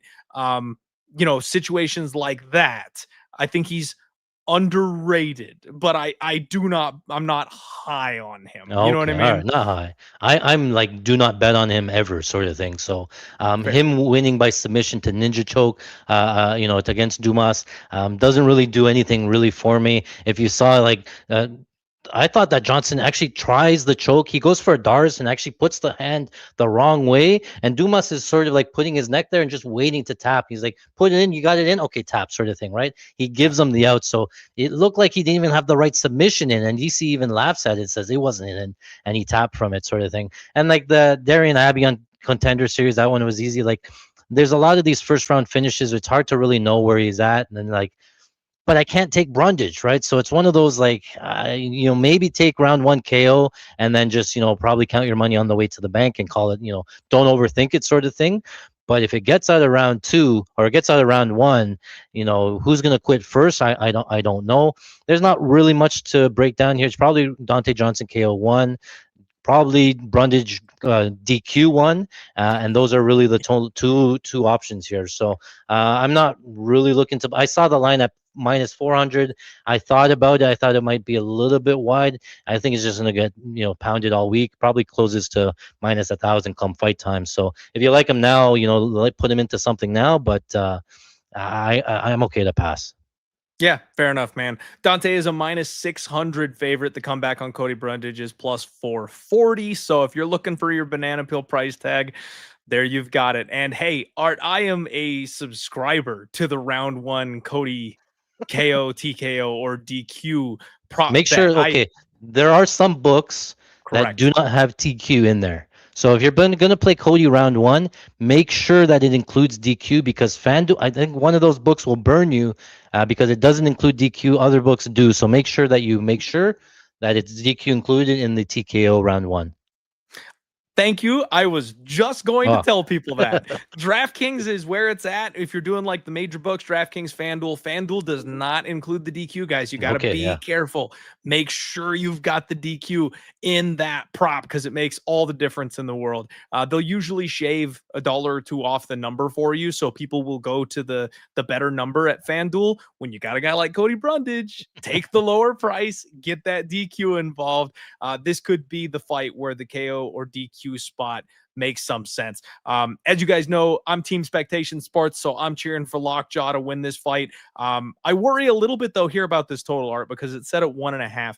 Under 1.5 is minus 195, and I know Donte Johnson's been all round 1 since his regionals, but his first UFC fight, Cedric got him into round 2, so over 1.5 at plus money. We've seen Cody survive for that 1 round and then hang on for dear life until he gets mercy stoppage in round 2. This could be that butthole pucker of the night spot where you take the over 1.5 at plus money and hold your breath. Otherwise, play the DQ, leave it alone. That's kind of what we're looking at here for this spot, man. I did find it weird that Johnson was grappling or trying to grapple with Dumas after having a huge power advantage on the feet and stuff. So I think that was the only reason that it went to round 2 is because Donte Johnson stopped striking and tried to grapple him. And Brundage, like you said, maybe just comes out balls to the wall, wasn't in fight ready shape, and it's a tough over, man. Like I would take maybe fight starts round 2 if anything, but the over 1.5 because you still have to fade the 2.5 minutes around 2. It's a tough one there. That is the worst. When you get to round 2 and the fight ends at like the 1 minute and 15-second mark or something, that hurts. That hurts every time. And Barstool Rizzler saying, Art keeping you honest. You're right. He is keeping me honest. And hey, I will fully admit and confess that I have bet on Cedric Dumas more than any healthy, willing adult should have. But at the same time, you guys, the numbers are just always insane. Because, like, I swear, you guys, a 2-1 dog against Zach Reese, I'll bet that tomorrow, Art. I don't care. I was Zach so high Reese on is Zach Reese Zach there. Reese is a bum. I will absolutely bet that tomorrow. I got the Dennis Tululian cash. I got the Abu Azaitar cash. Like, you guys make fun of me, but I've done okay. I've done okay betting on Cedric Dumas. And frankly, the one that really hurt was the Nursultan Razaboev spot. And guys, that was a bad stoppage. Like, if the ref recognizes that there was the eye poke, that fight never should have gone down the way that it did. So it kind of, shitty for me to have lost my money that way. But regardless, the plus money's good. You know what I mean? So if he does improve at all, like I might be onto something. If he keeps getting arrested and ending up in, dog kennels and stuff, then we'll just leave it alone, for sure. 1994 says, Clint, how much you lose last card? Bitch, don't you see the blue shirt? We're coming off a win. You think you're walking into my show and dunking on me on pay-per-view week? Baddest motherfucker, we are on a win this week. Check it. Let's go. Next fight up, we've got Cody Garbrandt taking on Long Zhao. This should be a fun fight, Art. This should be a good one, man. Cody Brundage has chin problems like we have never seen before. He is on the back nine of his career at 34 years old. And he has really embraced those wrestling roots, my guy. He said, you know what? We ain't doing this boxing thing anymore. He's still got Garbrandt. Cody Garbrandt. You said Brundage. Sorry. Oh, my bad. I'm still stuck on the last fight there. There's too many Codys. Like, we can't have three Codys on the same cards, you guys. We got Cody Durden, Cody Brundage, and Cody Garbrandt. You guys, we're gonna have to get very specific here when we name these guys. So Garbrandt, has the chin issues. Very good footwork, very quick, fast twitch guy, right? That was always his thing, his moment in the sun when he took the belt against Dominic Cruz, where Dom just couldn't find him in the cage. It was an unreal one-night performance from this guy. And then I pronounced him dead. He was done. He was gone. And he nukes Rafael Assunção in it, like his comeback fight. If he still has that athletic advantage over somebody, he's still incredibly dangerous. His boxing is good. He's got power. He can uncork damage, but then you give him guys like Kai Kara France, you give him guys like Davis and Figueiredo. He just is not in that realm anymore, man, at all. So his two most recent wins come over my guy Brian Boom Kelleher. Shout out Boom, hope he's doing well out there in his MMA retirement life. And Trevin Jones, right? You put him in there with Hani Barcelos, and you're thinking, oh, maybe he can grapple with Hani, right? Nope. It's not grappling with Hani. So it's tough sledding right now for Cody Garbrandt. He's still got some pieces, but he's nowhere near the same guy anymore. Long Zhao, 27-10. This guy is 27 years old. And Art, I'll be honest, I really don't know what to make of him. He's another road to UFC guy, which automatically biases me against him. He's 1-2 in the UFC. His only win coming over Quang Lee.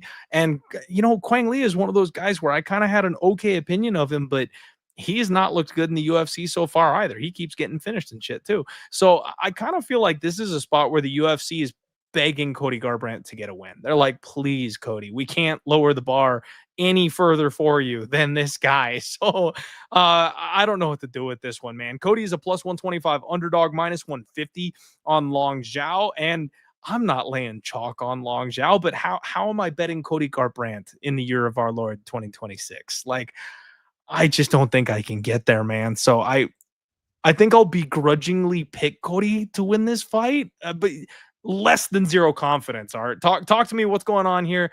Maybe you can shed some light for me. I don't have much to offer, but I will say, I play a lot of props, and because, they can be a lot safer at times, and rather than just the money line. So if you like a Cody Garbrandt, a decision only type of line is probably how you play him, because he could grapple. He doesn't have the best power in his hands, but he has the footwork, he has the movement. On paper, he has all the tools to win and stuff, right? He's just not a huge finisher, especially at the tail end of his career. Nothing super impressive from Long Zhao, but again, I didn't go super deep into this one. I think that Garbrandt's probably a little bit better, but again, if you can find the decision only line, if he gets starched, his chin's always been that issue. If you can force a firefight out of him, then I'll take him. I'll fade him at any time in a firefight. So if Long Zhao can create that sort of firefight, touch the chin at any point, Garbrandt could go down. But yeah, these road to UFC guys, the takedown defense, Long Zhao on paper, again, his takedown defense has been pretty good. Hasn't allowed a lot of takedowns, only allowed 3 takedowns on 17 attempts. But these guys that he's fighting aren't the best wrestlers and stuff, right? So it's hard to really gauge where he's at. On the feet, he's pretty high volume, and that's a concern here for Cody Garbrandt. Like, he averages 21 strikes landed in round 1, 29 in round 2, and 18 in round 3. Whereas Cody Garbrandt, he's only like 15, 13, and 18. So again, forcing the firefight, landing the volume. He probably has all the finishing upside here, but again, Cody Garbrandt could, I don't know, that Dominic Cruz performance sticks in my head. Like, he has all the tools and all the potential. Just putting it together without getting touched is, sometimes he has to just fight the perfect fight here. So I don't have anything yet. I'm going to do a little bit deeper of a dive here, but my gut reaction is to take Garbrandt. His strength of schedule has been a lot harder. He's fighting these former champions, and Rony Barcelos is the Brazilian grappler, wrestling champion, and things like that. Figueiredo was a former champion. Rob Font, TJ Gillis, all those top tier guys that he's fighting. Whereas Long Zhao coming off of Road to UFC, it's one of those like opposite trajectories sort of things. So it's whether or not you can get one more win out of him at the tail end of his career. It's possible. I'll have to take a look into it. My lean is Garbrandt, maybe taking a dog shot, but I don't know yet. Okay. Yeah, man.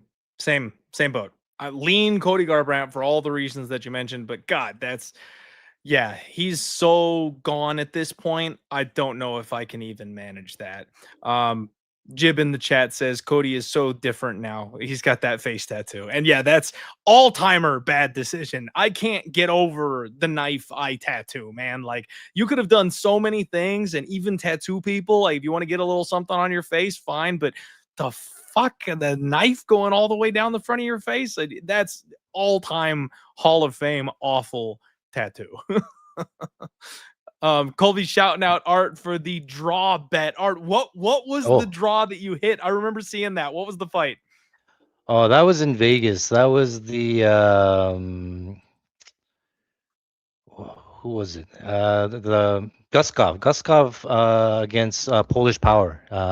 Bogdan and Yeong. Yeah. I played it pre-fight at plus 8,000, and then I was live betting there, so I hit it at plus 5,000, and then we hit draw there. I tried to play draw again last card, didn't hit it. I actually think going back to the Brundage fight, maybe Brundage draw. I don't know if I play it, but you get those cases where Donte Johnson gasses, and then maybe, but Brundage just doesn't have the cardio to get there. So I like to sprinkle in draws here and there when I see some possible 10-8s because of durability issues. Sure. Maybe one guy has cardio side. I don't play them all the time, but when I do, they cash. No, I like it, man. That was incredible. That was one where I saw it and my jaw hit the floor because you called that thing perfectly. I was sad my Polish Power got the draw because I was on Jan that night. That was my last ride with the old dog spot that I was pissed off, but it was cool to see you hit that, man. All right, guys, real quick, shout out Spectation Sports. We already talked about Lockjaw. We've got some fun prospects coming to the UFC from Spectation Sports, and you're going to have more coming right around the corner. This place just keeps on growing. More and more regional shows are getting folded in here to Spectation Sports. LFA prelims are now on Spectation Sports. This week, we've got Fusion Fight League and LFA prelims going. Promo code DIEHARD will get you 20% off when you sign up.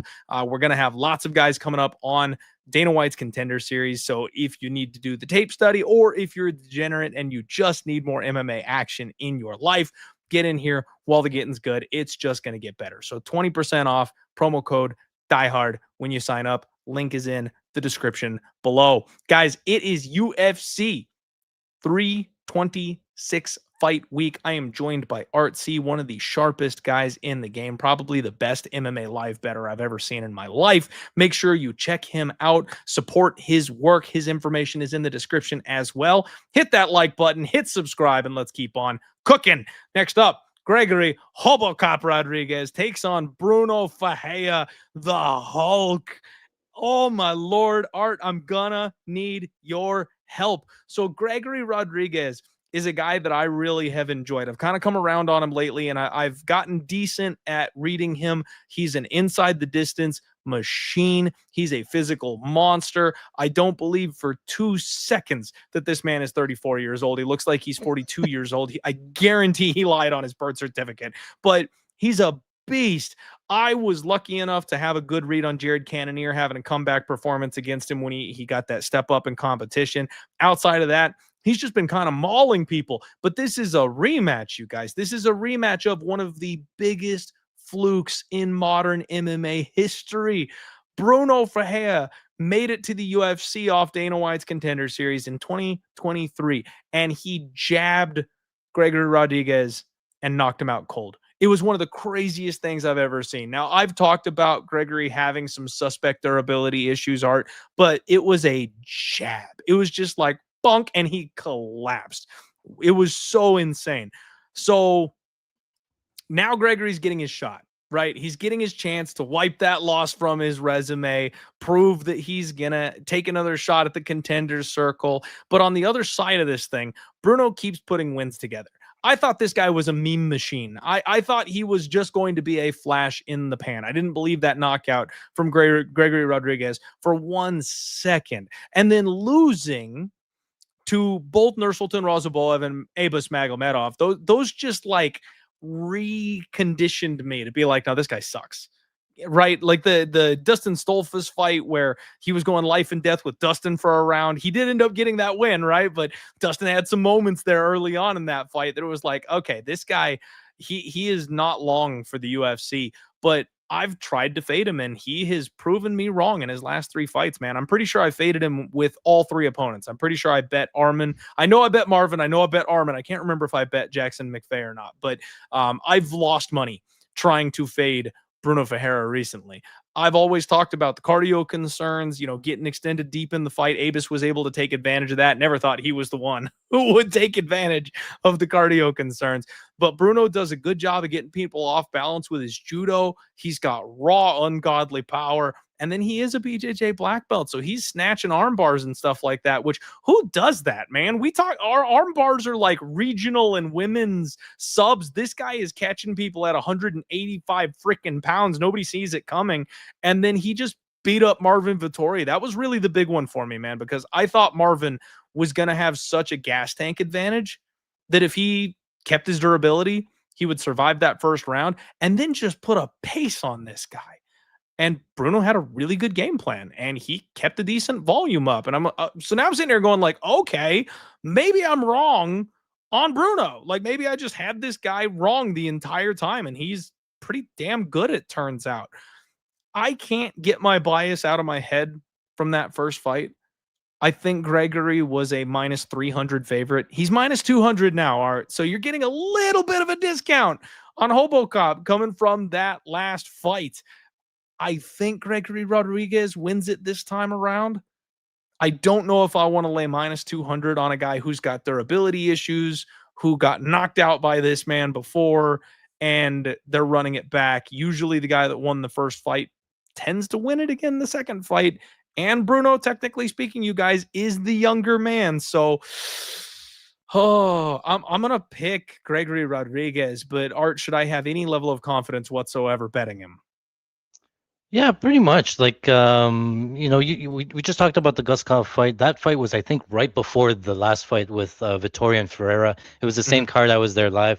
I hit the Brunno Ferreira by decision. And going into that fight, like you talked about, it was the cardio of Brunno Ferreira. Like, he's never, he slows down into the later rounds. Vettori's very durable, hard to get him out of there, right? So the writing was on the wall that, maybe Brunno could win first couple of rounds, and he did. He won the first 2 rounds and ended up losing round 3. But in round 3, we even thought that Vettori might grapple in that fight, and he ended up on bottom from Vettori and ended up getting back up. So he had enough juice and cardio to get up from Vettori, who can grapple and have some decent top pressure. So to me, that would sort of fixed all the question marks for the the ground game and the cardio and stuff to get up under Vittoria in a round 3 fight. Pretty good signs that he can go maybe 3 rounds now. He also got up from bottom against Gregory Rodrigues in that first fight. He has some good judo. So one, I think this takedown defense is actually pretty good. Gregory Rodrigues doesn't have the best wrestling. How much money I've donated to Gregory Rodrigues sub over the years is insane because you just keep going to the well. I'm not doing it this time. Fool me once. This might be the 11th time I'm done, but I'm not doing it here. I think that Bruno Ferreira, he's very strong. He switches stances a lot, and on paper, they're sort of like a mirror match of each other, right? They're two heavy hitters. They're both on a little bit of a winning streak. Both guys have good head strike accuracy at 46%, and both guys are kind of hittable at 38% head strike defense. And then I looked at the age, and I was like shocked that Bruno's only like a year older, and I was like, man, this age thing, man. You just think that Gregory Rodrigues is a lot older, but he's only just a year younger. And, Gregory Rodrigues does have that big grappling advantage if the fight gets down to the ground. But, Bruno's pretty strong. He has that judo background. He has a BJJ black belt to survive there as well. So if it gets to the ground, I obviously favor Gregory on the ground. But on the feet, it's both big power shots. I kind of like Bruno's switch stances a lot. And, he uses the kicking range. What you're going to get with Gregory Rodrigues is he doesn't really back up. And he doesn't take a step backwards. He's going to be on the front foot, almost sort of a plotter.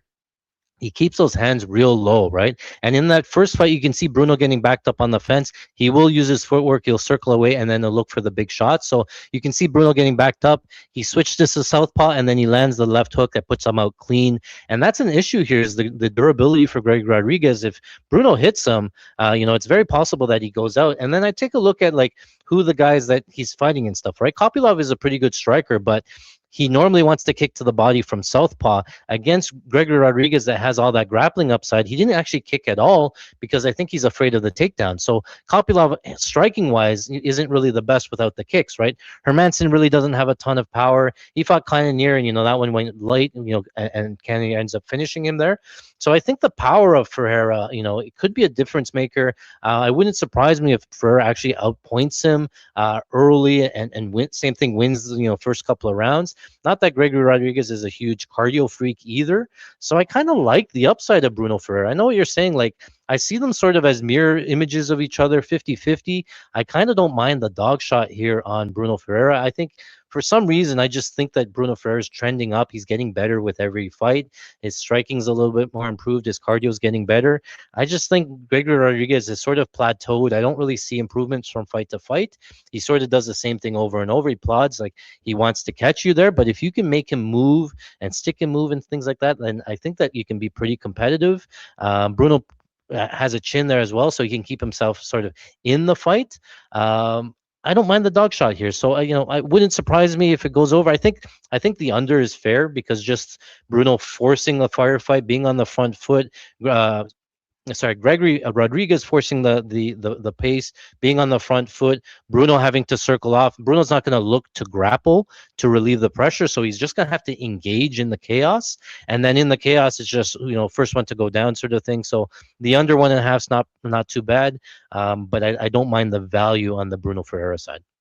Okay. And man, I got to tell you, it always just kills me the amount of people who I hear every single week talking about Gregory Rodrigues by submission. I am so sorry because it's there. It's always there.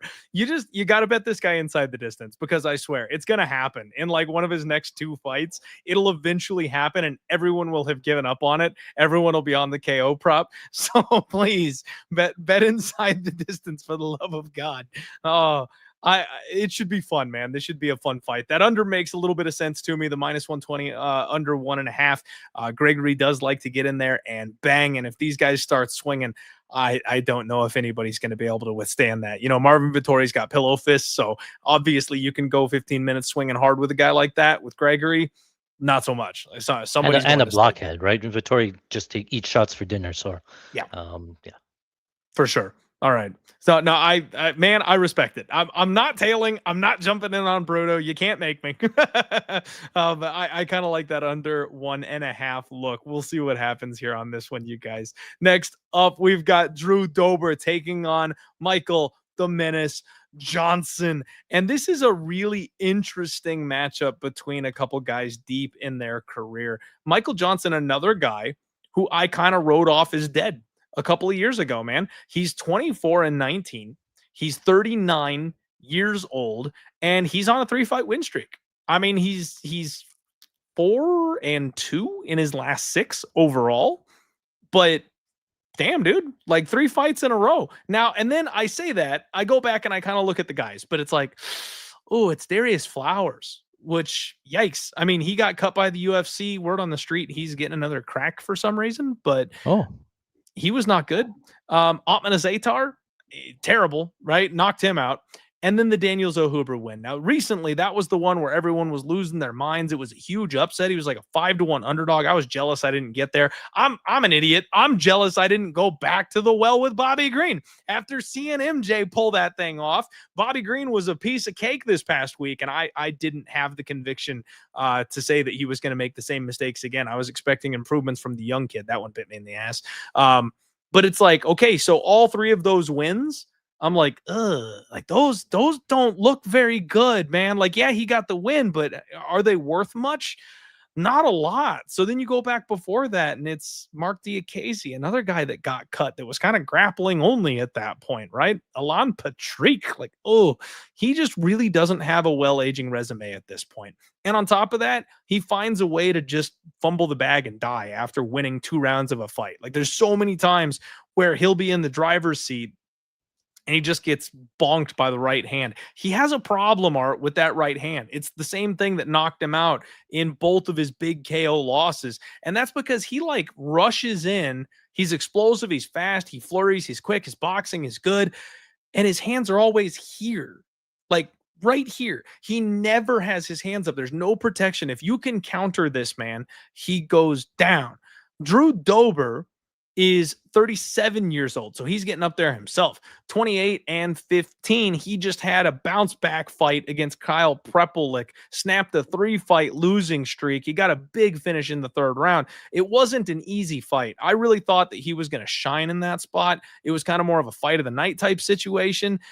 I thought he was going to whoop that ass, but it actually ended up being kind of a tough uphill battle for him. Ended strong. Glad he got the win. But leave some questions. The difference between these two guys, in my opinion, Art, similar with, their boxing style. Drew's heavy on the feet. He does have that body kick that he likes. NJ's more of a speed guy. The guys Drew Dober was fighting, Renato Moicano, Gene freaking Silva. Now, I know he's a 145er, but he's like a title destined 145er moving up. And that fight was a complete war. And don't let that fool you, you guys. Drew Dober did not get knocked out in that fight. It was a cut stoppage. If you remember, that was the one where he had like a 3-inch cut over the side of his head that the ref had to step in and wave that thing off. It was nasty. And then he did get iced by Manuel Torres. Manuel Torres is a guy who could fight at 170 pounds, right? Like, he's a massive man at 155 who's just got absolute power in his hands. So this is a massive swing going from the level of competition for these two guys. Drew Dober opens up as the underdog, and Art, I jumped in at plus 110. Drew Dober's going to be my Link Memorial Dog of the Week, you guys. He has got the exact weapon I'm looking for, Art. He's got that right hand counter for Michael Johnson. I think these guys have similar levels of durability at this stage. Drew Dober is a little bit younger. He's a little more durable, and he hits a little bit harder. So for me, he just shouldn't be the dog. This is the spot I was talking about earlier in the night, right? I've convinced myself very confidently on Drew Dober when this is probably a relatively close fight. But I'm going, look, MJ can be winning this thing, and Drew can find a knockout if he needs to. Michael Johnson will be a little faster than Drew Dober, but I don't think Johnson's going to handle getting hit well by Drew Dober. So if he can just time 1 or 2 counter shots, I think he gets it done, and I think he gets it done by knockout, Art. I'll take the money line. Plus money's good enough for me. That's where I'm at. That's my only bet on the board so far for this fight card. But I'm on Drew Dober this week, man. What about you? What are you doing here? Technical question, Clint. So if you take a dog of the week and then he moves to favorite, is he still a dog of the week, or does that still count? Or because you got him at dog, it's okay? Yeah, if I got him at dog, it's okay. I try to avoid those, Art, if I'm going to be honest with Okay. you. If it's a spot where it's like a plus 105 and it goes to evens, I don't call them the dog of the week. I'll just Okay. track them at even money, that kind of thing, right? But in this case, he was plus 110, where it's like, okay, it's not a plus 100, right? Like it's a plus 110. I'm calling him dog of the week from the beginning of the week. Plus money is still out there for the people. So I'm going to let this one ride, but I do try to avoid this exact Yeah. situation, because if it flips to favorite, I feel bad calling him the dog of the week on my Friday show when Well, everyone yeah. else is like, the fuck. Yeah. I mean, that's why, because it's pick 'em on bet online. So if you like Dober's Oh, side, go get him now because it's moving. They took like some big Dober money here. So and I don't disagree with it. Like I like a lot of the points you said, right? And first question is, how bad is Daniel Zellhuber? And I'm so oh my glad that the God. Zellhuber fight was last week and not this week. That you can really see how maybe Michael Johnson isn't that good. It's just Zellhuber's just complete trash, right? And who does Bobby Green finish, right? Bobby Green doesn't finish a sandwich, and to get Daniel Zellhuber out of there, it just makes them like look so much worse, right? So you talked about that 3-fight win streak. I talked about how the betting market is very like recency bias and really short sighted. They just look at the records. Michael Johnson's on a 3-fight win streak, but again, Zellhuber should be cut. Azaitar was cut or hasn't fought since 2024. Flowers hasn't fought since 2024 and was on a win. Like, I don't know if any of them really are UFC level, right? So you're getting Michael Johnson at sort of a peak value, and then you're getting Drew Dober on the opposite side, right? He's fighting like you said, John Silva. Manuel Torres is a beast. John Silva is going to fight for the title soon. Moicano just fought for the title, and Drew Dober should have won that fight if he doesn't go for this like trip hip toss in round 3 and end up on bottom, right? The Prepelic fight was a little bit concerning. Dober doesn't actually pour it on until round 3 because he gets a point deduction, I think, because of a nut shot or something, and then now he has to pour it on and actually find the finish. If the nut shot doesn't or the point deduction doesn't happen, it could go to decision and it could be really close there on the feet there. So, but yeah, I don't mind the Dober side. Now this is going to be southpaw versus southpaw, which is interesting. Both guys throw a lot of leg kicks. Dober's at an 18% kicking rate. Michael Johnson's at a 14% kicking rate. But southpaw versus southpaw, it really opens up those low kicks. And you compare the size of the legs, the power, the impacts of the leg kicks for Dober compared to those skinny legs for Michael Johnson. I can see the leg kicks really opening up here against, I guess, especially southpaw versus southpaw. And again, Michael Johnson relies on speed and footwork and moving in and out and stuff, right? As he's getting older, he's getting a little bit slower, still tends to have it, I think, and moves around. And Drew Dober is not the best footwork. He has the power and the durability side on his side. So I could see a case for Michael Johnson sticking and moving, outpointing him sort of thing. That's probably his path to victory. Both guys don't really proactively grapple. I think that they're both sort of in agreement in terms of keeping the fight standing. So then again, I see the fight along long periods of striking on the feet. I think the leg kicks could play into a part here. And I think just Drew Dober has a lot of more finishing equity, right? He throws more power. He has the leg kicks. He has the better durability. You talked about that right hand that, Michael Johnson's allergic to. It again, southpaw versus orthodox, it opens up that right hand, but it's more about, Michael Johnson being hands low, not really expecting it, getting caught. And when he gets hot with the right hand, he's out before he hits the floor, right? Which is kind of concerning, especially, Drew Dober can punch and stuff, right? So, who's really the hard hitters that Michael Johnson has faced? Not Zellhuber, not Azaitar, not Flowers. Diego CDF put him out with that right hand. Diakasi's not really a power puncher. Malarkey's not a power puncher. Patrick's not a power puncher. Clay Guida's not a puncher. Thiago Moises is not like Josh Emmett's probably the last big power puncher, and he put him out stiff there, right? So if you're going to get hit by Drew Dober, not saying that Drew Dober is a huge power puncher, but he does have the power upside, and I think if he lands here, he can crack Michael Johnson pretty early and win. So I think he has a lot more ways to win. I don't mind the dog shot on him. I will tell you what the better line is, though, if you can find it. It's going to be Drew Dober finish only, because I think that Michael Johnson, again, his path to victory is sticking and moving, staying on the outside, outpointing you sort of thing, winning a decision for volume. Drew Dober has all the finishing upside. I don't see Michael Johnson really catching him unless it's like a really good timed counter or something like that, or the speed, like he catches him sort of thing. But I think Drew Dober has all the finishing upside, and it's almost pick 'em. It's pick 'em. Like, would you rather take finish only or money line? I take the finish only. Again, I play props a lot more because I think it's a lot safer. I do see a path for Michael Johnson. I just don't see Michael Johnson finishing him though. So a finish only if you have those lines. DraftKings, FanDuel, Bet Online, all of them have them available. They're not out yet, but I would look at that as a way of attacking it. But I don't mind the shot on Drew Dober here. Okay. Well, I'm glad that you're not cringing at my dog shot. That's always the worst when I tell my guests that I'm taking a dog shot and they're like, "Ooh, you poor son of a bitch." So we're good to go. I like it. Drew Dober all day. I hope it's not a split decision, guys. A lot of people in the chat saying split. Please no. I get a heart attack every time it's a split decision. Edgar Tyrez about killed me this past week. Did you know? I think apparently Bisbing just going off on that one and made the live line. Chirez was like minus 275 at the end of round 3, and I couldn't believe it. I was like, I thought that he was clear 2-0, 2-1 sort of thing, but yeah. So I had a 3-leg chalk up parlay last week, Art. It was 3 units, and Edgar Tyrez was the anchor on it. I hedged, man. I got plus 280 on the other side of that because I was like, oh God, like I can see this one going sideways. Like, thank God we're in Mexico. So I did a little bit of a taste at a big number where I would have lost just a little bit instead of losing the whole 3-unit investment there. So, I'll take the 2-unit win on the split decision. I thought he won, but it was definitely too close for comfort. I'll tell you this, I didn't load up pre-fight. I got the angle there, but I knew that round 1 could be close, and I knew that Chirez could probably lose round 1. So I actually hit Chirez after round 1 at Pick'em. I got 6 units down at 5 different times on Chirez, live betting him there. So it was a great spot there because, again, you're not. I didn't lay the minus 300. I got to Pick'em after round 1, and then he picked up rounds 2 and 3 and ended up winning into the later rounds. So yeah. Again, different ways of playing it because if he comes out, the opponent really only has 1 round in him. Yeah. You could wait till live and then hit them live, sort of thing. I did that with Alien Perez. I got even money on Alien Perez last week, so that felt pretty good too. So, yeah, gotta love it. And trusting chalks is terrifying sometimes in these fights.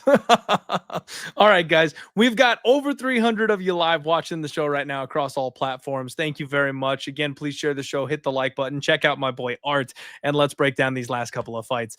We've got Rob Font taking on Raul Rosas Jr., the youngest fighter on the UFC roster, and he is stepping very, very proudly into the contenders circle.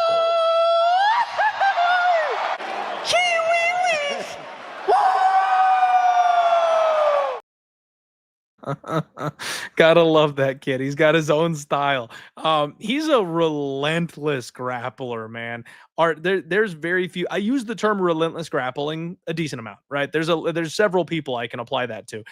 It is just point blank done with this kid, Raul Rosas Jr. He is a monster offensive grappler at just 21 years old, and he's getting dangerous with his submissions too. It also looks like he's got some God-given power, right? Some heat in his hands. He doesn't really know how to strike all that well yet, but the talent is there. The power is there. Give him some time. He'll improve in those areas too.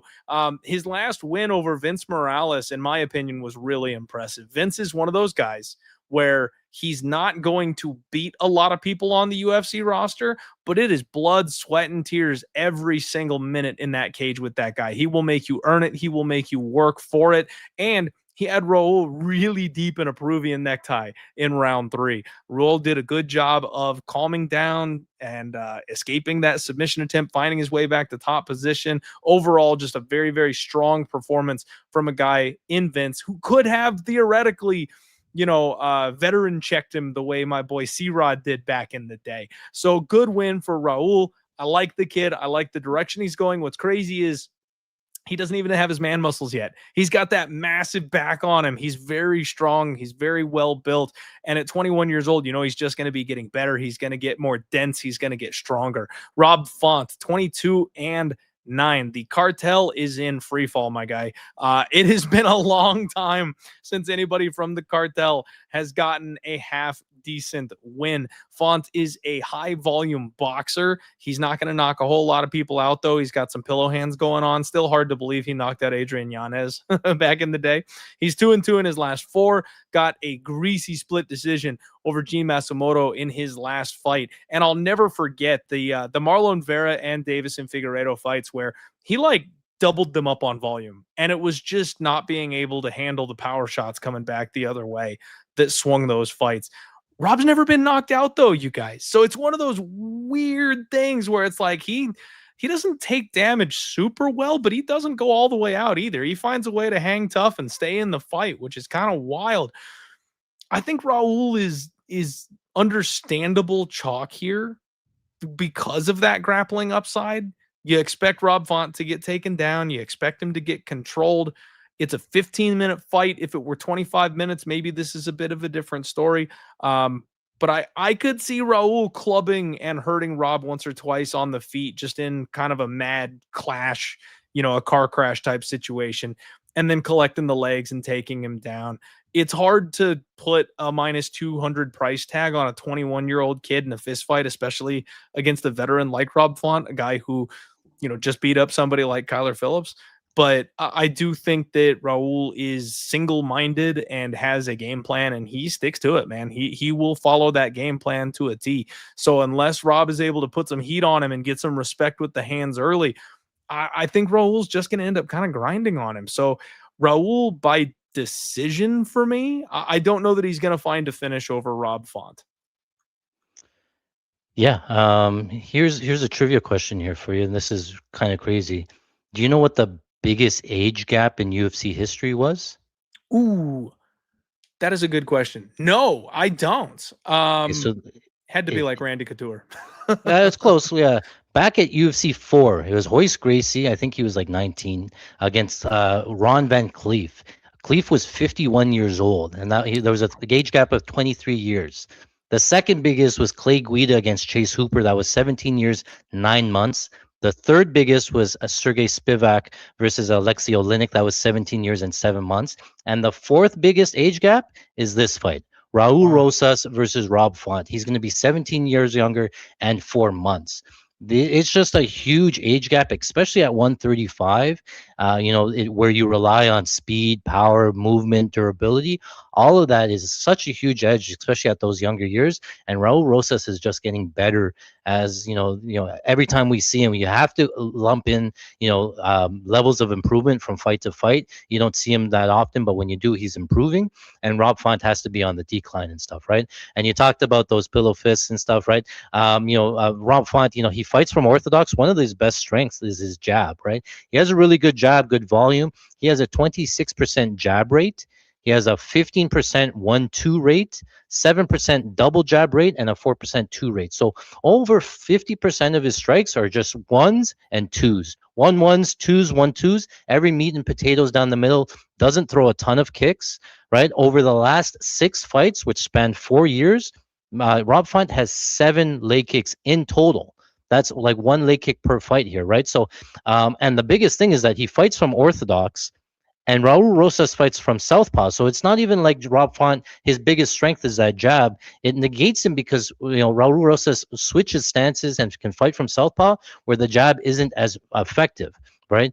Raul Rosas wants to get the fight down to the ground. And the biggest thing for me is the grappling defense or the takedown defense of Rob Font, almost non-existent, right? Like, David Martinez really doesn't grapple.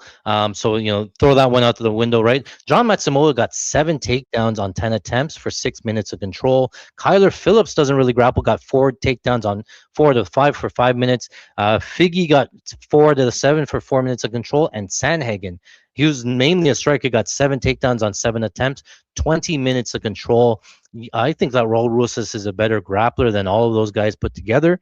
Again, he's improving on the feet. He's not a zero on the feet either. It's not like he needs to get the fight down to the ground. He's fast. He strikes his way into the clinch, right? Against Morales, he was like threw an overhand, got to the clinch, ducked under for the double leg, picked up Morales, walked him to the center of the octagon, and then dropped him there. So he had no way of using the fence to get back up. I think Raul Rosas here has all of the upside. Rob Font maybe could win a split decision, but that's if the fight stayed standing, which I don't see it doing. He doesn't have the damage to really swing close rounds. Even if Raul Rosas gets takedowns. One of the crazy other stats there I have is Rosas has 2+ minutes of control in every single round. Not every fight, every round that he's fought, other than round 2 against Horichi Lang, against round 1 against Terrence Mitchell, which was a very quick fight, and a C-Rod who's actually very good at scrambling. Everybody else, he's getting 2+ minutes in a 5-round fight of control. If he does that against Rob Font, maybe Rob Font finds his way back up, but does he do enough damage when he's on the feet to win the round back? I just don't think so. He can't, he has to really put on a volume clinic of his jab. He doesn't get that ability. He has to worried about the takedowns. Maybe it's a Rosas. Maybe, this is the first time Font gets knocked out because he's so concerned with the takedowns. He's down blocking. He's keeping the hands low. That maybe it comes from that way. But I tend to agree. I think it's going to be Rosas. I think it's going to be by decision, like you said. It wouldn't surprise me, though. I might take a stab on submission depending on the price. I think he's going to get his opportunities. He's going to have, if it goes to decision, it's going to be Rosas with like 6-7 minutes at least to control with multiple sub attempts there. So I like Rosas quite a bit here. I think he has a lot of upside. I don't really see a lot of paths other than split decision here for Rob Font. Okay. Yeah, you and I are seeing that one pretty cleanly, man. And like I said, I'm learning to trust these chalk price tag kids a whole lot more. And I think Raul is someone the UFC likes, and they're trying to push him.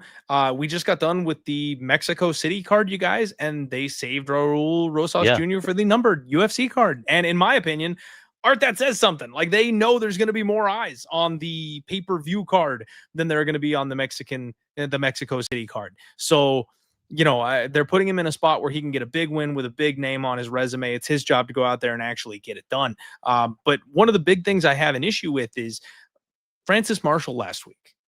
I was like, for sure, Francis is a round 2, round 3 sub kind of guy. There's no way this is over. And no, he choked him out in like 2 minutes. That these young kids getting better, sometimes I shortchange the improvements they could be capable of. So I don't want to count out fully a finish here from Rob Font. I do think it's a decision, but don't be shocked if he learns a new trick, you guys, or if he is just one step ahead of old man Rob Font in a scramble. This could be the moment where he kind of breaks out and has that big performance and gets that big finish. I like Raul. I probably will have him in like a 2-leg or even money style parlay this week. I like him a lot. Yeah, just one note here before we move on. This was booked already. This fight was booked. I think Raul Rosas had to pull out. I believe it was a rib injury, so it wasn't super serious. Is that the one where he got grounded? Yeah, I think he took some shots in training or something like that. But he's back now. I did question why he wasn't on that Mexico card, but I think this is a good spot for him. But I just wanted to throw that out there. Okay, good note. Thank you. And just so you guys know, Luke Fernandez and Raul Rosas Jr. plus 110 2-legger. I kind of like that. That one, that might be the move for me. I might tie those two together. All right, guys. Co-main event of the evening. We have got Caio, and he is taking on Reinier de Ridder, RDR. This one's weird. Art, this one's really weird. So I've been on the RDR train, right? I've been cashing dog tickets left and right with this one. He is my new DDP, right? Like, he's been an underdog. Everyone's been counting him out. He just keeps winning. And I keep thinking, you know what? I found my hidden gem here. And then something really weird happened in his last fight. He had about 3 minutes of cardio against Brendan Allen and fell apart. It was, frankly, it was embarrassing. It was like Brundage levels of, like, he just stopped trying, man. He had nothing to offer in that fight. And this is a guy who's fought champions outside the UFC. This guy has been 5 rounds before. Like, he went the distance with Rob Whittaker. People thought Rob won that fight, but I mean, it was a close fight. You could at least say that his cardio checked out, right? And even if it looks like he's tired, he's been able to like dig deep and keep on pushing, right? He's just never been all the way out of gas, but he was done in this one at the end of round 4. And I mean, like quitting on the stool, done. And Reinier is going to have to dig deep in this 5th and final round. I mean, what offense could he possibly have? He could barely get back to his stool. Yeah. Like he had literally nothing. They wave it off. There's no good body language. There's no effort. There's no emotion. He was checked out. He comes out in interviews afterwards, and he's like, I was fighting too often, right? I mean, he's an older guy. Let's give him some credit there for that. He's 35 years old. He's had a full career outside the UFC. That was his 4th fight in 2025. That's a lot of activity. Like I will give him that is a lot of activity. Usually you're getting 2-3 fights from the high level guys. So that was a tough, quick turnaround for him. But that was in October, Art. So he's saying he's too active and it's taken a toll on his body. And that's why his cardio was shot. And now all of a sudden he's taking another quick one. Like, I don't understand why, if that's your reasoning, you're going to just turn around and jump right on back in there. And then he said that he had some health things that, like, so it was like, okay, like, so the story seems to be moving and I'm having a hard time with that. So as much as my soul screams for me to get back in there and just run it back with my guy RDR, because of course now he's being way underestimated against Caio. He's plus 240. Caio is a minus 300 favorite. That's exactly the kind of spot where I just go, you know what? I'm free rolling on this guy, right? Like if you're imagining like a bankroll on a single fighter, I've cashed on him every step of the way. And then I lost one bet against Brendan Allen. I'm up lifetime betting on this particular guy. We just click the button at plus 240 and we go for it, right? But Caio is with the Fighting Nerds. Caio's the captain of the Fighting Nerds. He's kind of got like a karate style, very reserved, very elusive, good footwork. He's a decisionator, man. He's a decision machine. The only guys he finishes are guys with major, obvious, glaring holes in their game, right? He knocks out Paul Craig, big whoop. He submits Mikhail Oleksiejczuk, big whoop. Like, those are the guys he's able to beat. He's very well-rounded, but like, I can never, ever get off the Mahmoud Muradov fight in 2022. I swear to you, he lost that fight, Art. Like, to this day, I will go back and say, I swear to you, he lost that fight. He got reversed multiple times. Like, he got hurt. He got volumed. I mean, I feel like he's gotten the Sean O'Malley treatment where he's been kind of protected. He might be the captain of the Fighting Nerds. He might be very, very smart and have a good game plan. But I don't feel like he's the best guy on the Fighting Nerds. Like, Carlos Prates and Gene Silva are both way better than Caio is when it comes to actual competition level in their weight classes. So this is kind of a throwaway fight for the UFC, in my opinion. You know, we like to, like, who does the UFC want to win, right? Like, I don't think it matters. You know, both these guys got beaten their last fight. This is a contender style fight. One of them gets back on the horse. You've either got the captain of the Fighting Nerds, who now is legitimized, or you see that the Brendan Allen fight was in fact a fluke. It was in fact the blip on the radar, and RDR is right back in the hunt for that title. I don't think they care, Art. I don't think this is necessarily put together to make one guy shine over the other. But Caio is the kind of guy who I think will cause Reinier de Ridder problems. Now, and I'm sorry, you guys, I'm going a little bit long here, but like, you remember the Jared Cannonier fight, and Jared made that fight a little ugly. The deeper it got, the more he pressed. And you saw Kyle Borralho busted up. Like, his face is swollen and cut and bleeding. And he was kind of running for his life in rounds 4 and 5 from Jared Cannonier. I could see Reinier de Ridder making this ugly. I could, with those big knees to the body and the big clubbing power shots, I could see him making it ugly. But it's a 15-minute fight. So I don't think Caio's going to have those issues in this fight. I think he's going to keep him at jab range. He's a much better striker. He's much more athletic. He's much quicker. This has got Caio by decision all over it to me. And I feel bad betraying my guy. But instead of going down with the ship, I think it's better to probably realize that maybe RDR is cooked. I think it's Caio, Art. I think it's Caio, and I think it's probably Caio by decision, because RDR, for all of his faults, is very tough to actually put away. Yeah, you pulled a real Uno reversal on me there. I thought you were going RDR there. The whole breakdown there was RDR, RDR, RDR, and then You got to keep last them on their second. toes. Yeah. Crazy that you said thing yeah, the RDR and then the champion in the welterweight the fought Strickland, Rob, not Strickland, middleweight. What's his name? Whitaker. The other no, he fought Strickland. Anyways, Oh, you talked about betting RDR every fight. I fade him every fight. I cannot stand him.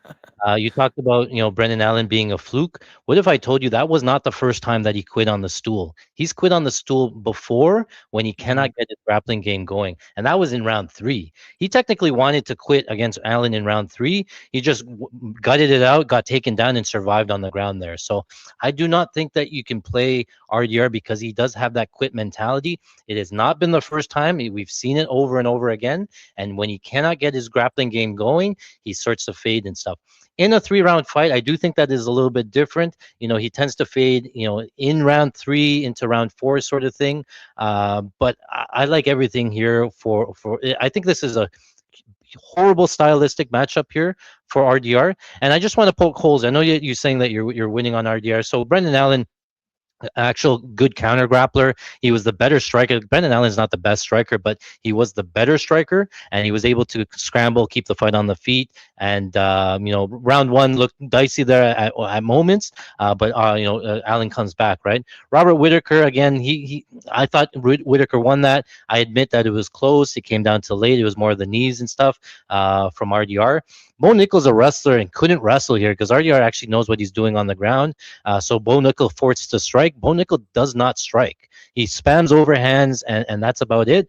And so RDR melted him with those knees to the body. I sort of, I write that one off. Kevin Holland, undersized middleweight, usually fights at welterweight. Just RDR just outpowered him, struggles with grappler. And then going toe-to-toe in a striking match with GM3, such a horrible look there. So I don't really see anything I like from RDR outside of just being big and maybe having some grappling upside here. But Kyle Borralho is also pretty big. He spent 8 years training with Damian Maia on the ground. I think he's seen it all. His sub defense is there.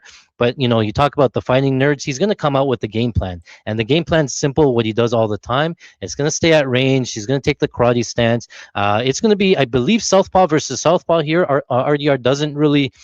he hasn't had to check or eat leg kicks. The leg kicks are free because RDR doesn't. He keeps like a tall stance. He just comes forward, right? Sort of like a French Muay Thai stance. But the leg kicks are free. Kyle throwing those outside leg kicks from southpaw really going to damage him. And RDR needs to clinch. He doesn't really have takedowns either. He doesn't have the best wrestling. His takedowns all come from the clinch and getting in close. And he's trying to hug you and grapple you. Because Kyle keeps that space and he's always moving, I don't even think that he's going to get the opportunity to clinch. It might look like you remember Aaron Blanchfield and the other French kickboxer just couldn't close the distance to get into even attempt a takedown here. And I think that even if RDR gets the fight down to the ground, I don't think he's going to do much on the ground. I think that, he's going to have to control him. And as soon as he postures up or breaks a grip, Kyle Borralho is going to reverse, get the fight back to the feet. And he has all the striking upside here. RDR is kind of durable when he takes some shots, but he hasn't really fought a big striker. I know Robert Whitaker is pretty good on the feet, good striker, things like that. And Kyle doesn't have a ton of power. I get it. Kyle decision makes sense, but it wouldn't surprise me if Kyle put him out there. It kind of reminds me of the Borralho versus Paul Craig. Paul Craig needs to get the fight down to the ground, cannot get there, and then Kyle ends up finding the finish by knockout there. So I honestly don't see a lot of ways for RDR to win minutes. Okay, he can get the back and maybe find a submission, but just the submission defense from Kyle, I'm confident that he doesn't get submitted. And then I don't know where RDR is really winning minutes other than just being a plotter and durable and things like that. So I faded RDR in every fight. I'm going to do it here. I have no problem taking Kyle Borralho here on the money line. Okay. Well, had to give everybody in the chat a heart attack. I knew you guys all expected me to go RDR this week, so I had to set you guys up a little bit. No, it was good. I completely agree with you, Art. I really do. This is probably a very good spot for Caio. Like I said, I really think RDR is going to have to hurt this guy in the clinch, big knees to the body, that kind of thing. I don't see him dragging Caio to the mat. I really don't. Caio's a good wrestler too, so I think he can also find his way to top position. And then you can't count RDR out as far as looking for subs off of his back. He is very talented there, and Caio is not the level of wrestler of a guy like Brendan Allen is. And I'm not trying to sell anybody. I'm just like, I'm trying to like be straight on what's possible. That's the only way he wins. You know what I mean? I think Caio can outstrike him. I think Caio can outgrapple him. I think Caio can survive grappling exchanges with him. Yeah, this is definitely a Caio spot in my opinion. And now I've got to rethink that parlay I made because minus 300. I'm not touching, straight money line on that. He'd have to be a parlay piece there for me. But it would feel good to get a little bit back from the RDR loss that I had last time if I can cash a little bit, fading him in the next fight. Good luck. All right, everybody. Main event of the evening, the BMF belt is on the line. It is Max Holloway versus Charles "Do Bronx" Oliveira. And just because you guys haven't seen the clip enough times, let's remind you guys what happened last time we had a Max Holloway situation. 25. Holloway shows some mortality. Look at this. Holloway just told him, stand right here. Oh, big connection late.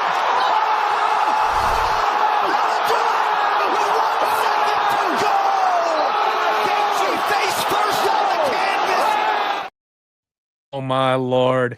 I know some people that cashed that round 5 prop, Art. I know some people. You know what's crazy? I was there for that. I was live in attendance. The place was nuts. All-time favorite. The card was stacked from top to bottom. Yes, it was an absolute banger and stuff. And it's funny, just not the sidebar, but the place was so loud that I didn't hear the buzzer go off, right? And there's no timer, there's no clock. And I was like, did he win by decision or whatever? So until Bruce Buffer actually comes out and says, round 459 of round 5, I had Max round 5 in a couple of plays and stuff. So that was a big cash there, but all-time greatest moments, greatest memories there. Incredible, dude. I'm so jealous. So I was actually at my local DraftKings. They've got an awesome sports bar here in Arizona.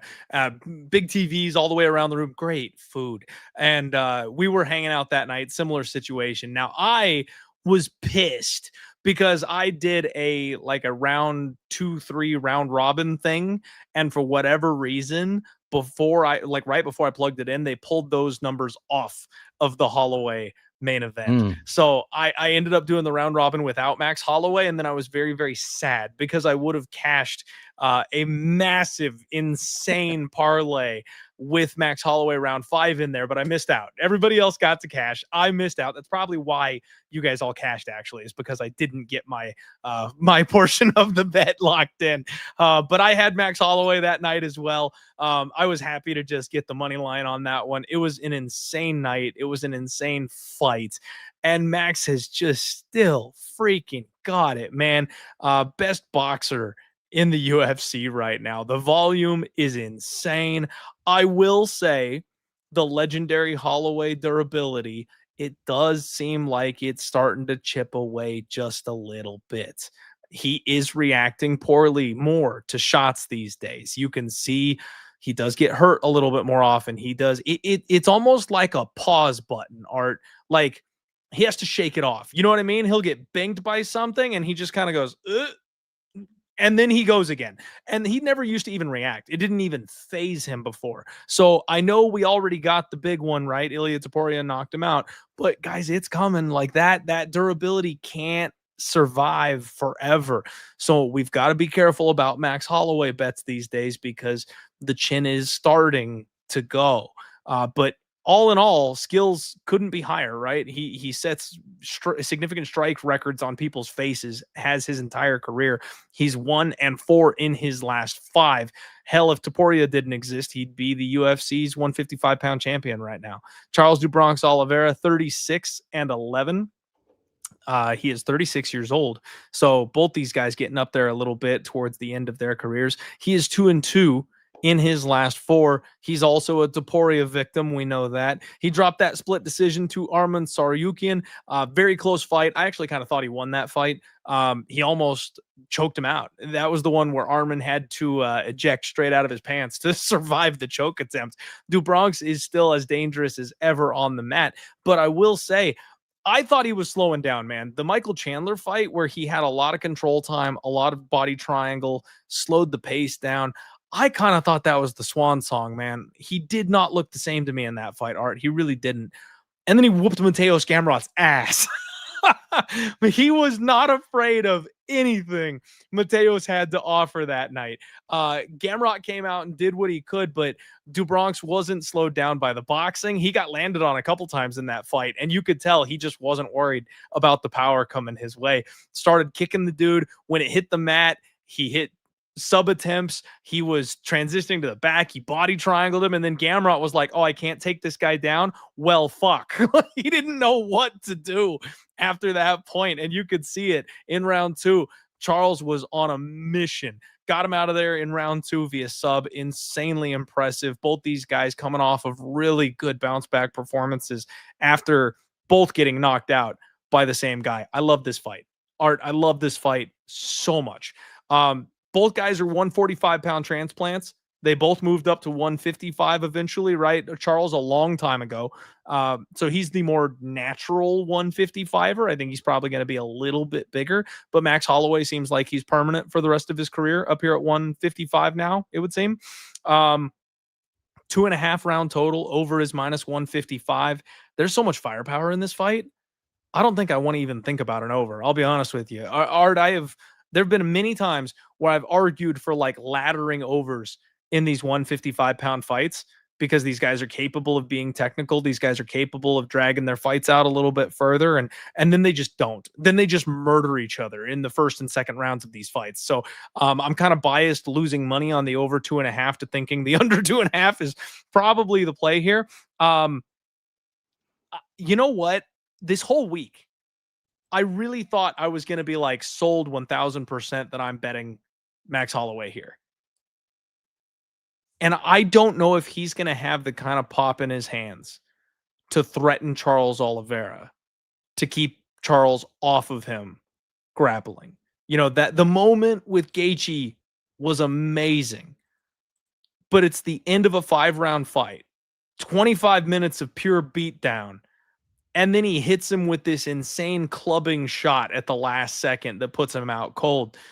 That's what it took to knock out Justin Gaethje in that fight.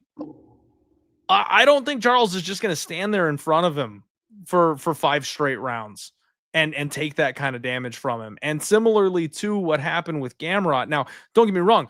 Max hits harder than Gamrot does. Max has better boxing than Gamrot does. Like, I'm not saying that, but there's a certain level of you got to be afraid of my hands that's required to knock out Charles Oliveira these days. It used to be that he would just kind of fold under anybody. He was very chinny back in the day.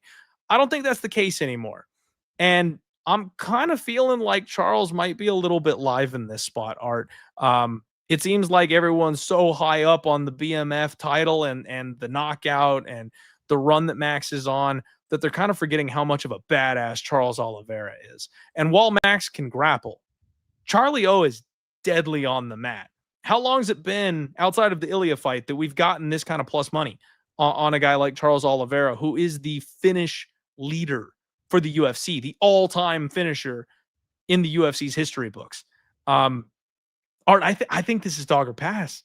I think this is violence and dog or pass. I mean, talk to me. Tell me what's going on in that head of yours there, because I'm tempted to pull the trigger on Charlie O one last time.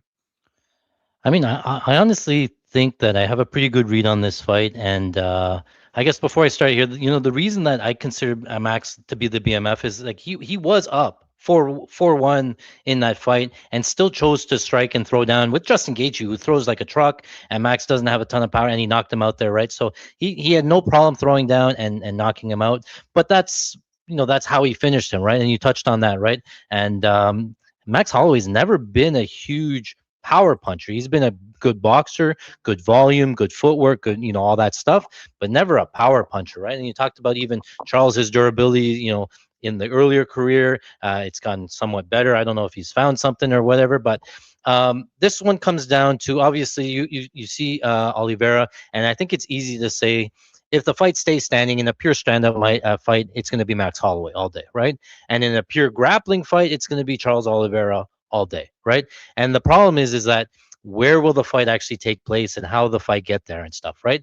And on paper, Max has an 83% takedown defense, allowing 26 takedowns on 154 takedown attempts. Great numbers, elite takedown defense, but he hasn't fought any real wrestlers or grapplers. Let's go through the list quickly here. Dustin Poirier, not a grappler. Ilia Topuria, not a grappler. Gaethje, not a grappler. Korean Zombie, not a grappler. Arnold Allen, not a grappler. Volkanovski can work in the grappling, but not truly a wrestler, grappler. Yair Rodriguez, not there. Calvin Kattar, Volkanovski. Frankie Edgar, probably the best wrestler, I guess. Dustin Poirier, Brian Ortega, probably the best BJJ guy, but couldn't get the fight down to the ground. And Jose Aldo, Anthony Pettis. Like, Oliveira is the best grappler easily that Max Holloway has fought. And Max Holloway, on paper, again, he's only given up more than 3.5 minutes of control one time in his career. Do you want to guess who he gave up more than 3 minutes of control to? Was it Charles? It was Conor McGregor in 2013. Was the only time that he gave. I forgot to mention that to the people in the chat. Yeah. So that was the only time that, real early in his career. So on numbers, right? Great takedown defense, hasn't given up a ton of control, but you sort of have to consider who he's fighting and stuff, right? And Charles just has a way. He doesn't even need grappling sometimes. He just finds the back and exchanges. He shoots for the takedown, ducks under, and gets to the back. And then when he puts that body lock on, he's completely, he's very dangerous. He can submit anybody with the body lock and stuff, right? So I think the game plan, I think it's pretty obvious here for Max Holloway, is he's going to have to stick and move. He's going to be on his bicycle. He's going to be having a lot of movement, lateral movement, and he's going to have to create space and just stick, move. He cannot sit in the pocket here. And you go back and watch that Ilia Topuria fight, right? And he looked actually pretty good early in that fight. I actually thought that he won the early rounds because he was sticking to moving, not really getting backed up. The one time he got backed up into the fence and then Holloway decided to throw back, he got cracked, and then he didn't try to do it again. And then that's how he actually ended up losing and getting knocked out, was that he stood there, he got caught, and then he stopped moving, and then he got cracked and went down, right? So that has to be the game plan, is to circle, a lot of footwork. Getting dropped by Dustin Poirier in the very next fight is very concerning to me as well, because again, historically, he's eaten over 2,000 significant strikes and never went down, and now he's been dropped in back-to-back fights. So kind of concerning. Charles Oliveira is not the hugest power puncher, but because he's so good on the ground, he really doesn't care. He can swing wild, he can throw kicks, all that stuff, because he's not afraid to go down to the ground, right? And then on the Oliveira side, he's somehow fought a lot of wrestlers. He hasn't fought a ton of actual strikers, right? Outside of Charles Topuria, who again knocked him out, but Gamrot's not a striker. It was a horrible matchup for Gamrot there. Chandler's not the best striker either. Chandler's on a 7-fight losing streak. Armin's not a striker. Dariush's not a striker. Islam's not a striker. Gaethje's the best striker that he's fought, and he submitted him. Dustin Poirier's the best striker there, and he submitted him there too. So it's tale of two tapes, right? Charles needs to grapple. Max needs to keep the space here. So this is how I see the fight going. It's going to be going to be Max. A lot of footwork, a lot of movement. Charles does not take a back foot step. He doesn't move back when the opponent comes forward. He keeps his high knee like this Muay Thai stance. So the leg kicks for Max Holloway are going to be pretty free, and even some body shots and stuff. But because Max doesn't shoot takedowns, he doesn't have to worry about takedowns. I think it's just stick and move, stick and move, stick and move. Again, Charles, he will have to get into the clinch. I don't think he's going to shoot a pure double leg. He's going to have to crowd Max, back him up, and if he can get him onto the fence and get him down to the ground, it's a completely different game. One other big point that I want to mention here. So I look at Michael Chandler.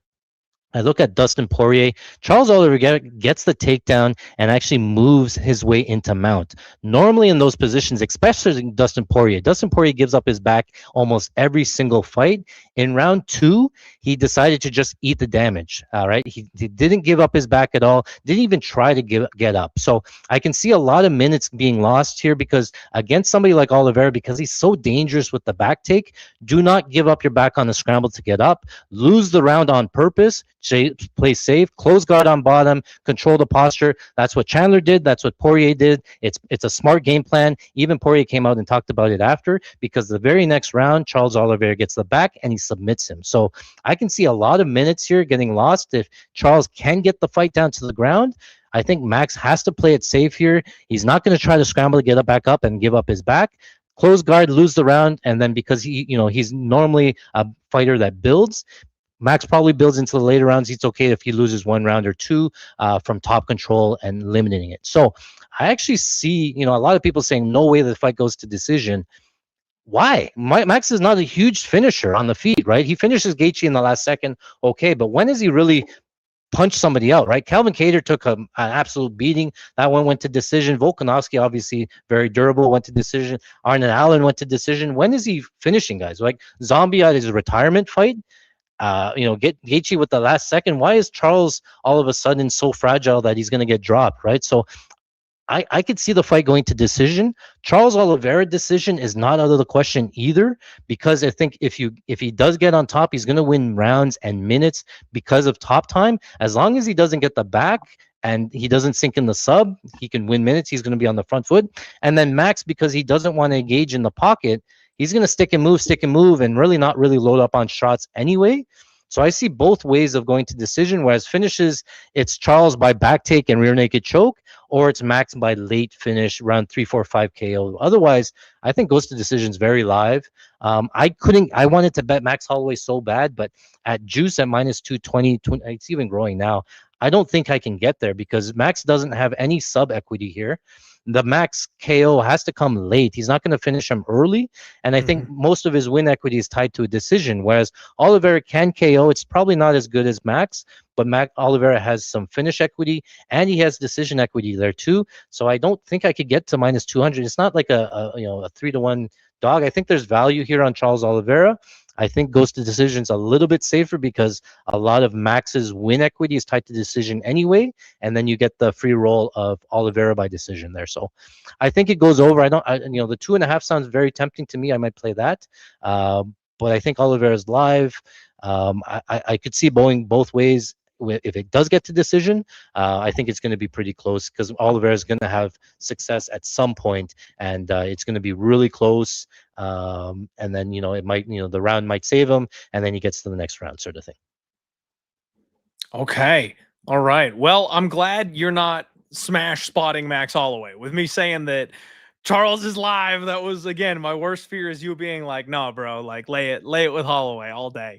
I think this is going to be a hell of a fight, man. I cannot wait to watch this fight. It's going to be absolutely incredible. I'm going to sit tight for the moment. I'm going to let this line grow. I think there's a ton of recency bias here, and the more people that pile in on Max Holloway, we're probably going to get a better number deeper in the week as far as Charles Oliveira goes. And guys, I wouldn't be surprised one bit if we get the reverse Uno card here, because Max Holloway getting that 5th round TKO, that's got everybody losing their damn minds out there right now. Charles Oliveira round 5 is 45-1, you guys. Like, what if Max points to the center of the floor? What happens if Charles lands first? Like, we could see the exact situation play out on the other side of this thing if it goes deep. The late round props for Charles Oliveira are extremely live, in my opinion, as well. He's got serious power. He's got serious submissions. Max isn't going to be safe anywhere in this fight. This is going to be an absolute battle. And I think Max, it's fair enough to say, I think that Charles Oliveira is higher level than Justin Gaethje is, just generally speaking, as a fighter. I think he's a much higher caliber fighter. So this is not going to be as easy of a fight for Max as it was against Justin Gaethje. So buyer beware. And the last piece of the puzzle is that Max Holloway, like the rest of us, has a problem. Oh my God, I didn't even see the middle one. Holy shit. I didn't even see that middle one, bro. Let's go. I saw that.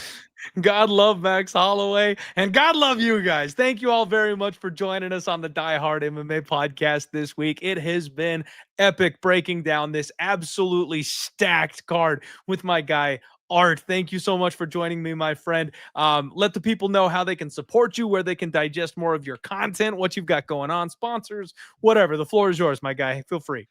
Thank you again, Clint. Honestly, I love breaking down fights with you. We go back and forth. It's a good time. I can be reached here. We run fighting stats here. If you didn't know, I have guys on my team that watch tape that get unique stats for me. So if you hear me quoting kicking rate or jab rate, we track how many strikes these guys throw, what position they're on in the ground, whether or not they're striking in half guard or they're moving to side control. I use all of that for my personal betting wise because I feel it gives me a huge advantage over the books, and it's evident in the results, right? So I use that. I pay money to people to actually get that results for me so that I can make the money back betting live. So I try to sell it, at least share it with the community. I started patreon.com/fighting stats. We have our dashboards. It has super good insights. And all I really tried to do is show you by using these stats that are valuable, you can make money too by getting key insights of fights, looking how fights will play out, the nuances within the X's and O's. If you hear the breakdown, you can easily tell that I do a lot of tape study as well. I do a lot of deep dives. I put in the work each week, hours and hours of tape study, analysis, things like that, and the results pay for itself. I was one of the top cappers in 2025, up 370 units, so short of 400 units, $160,000 betting on UFC at $500 units.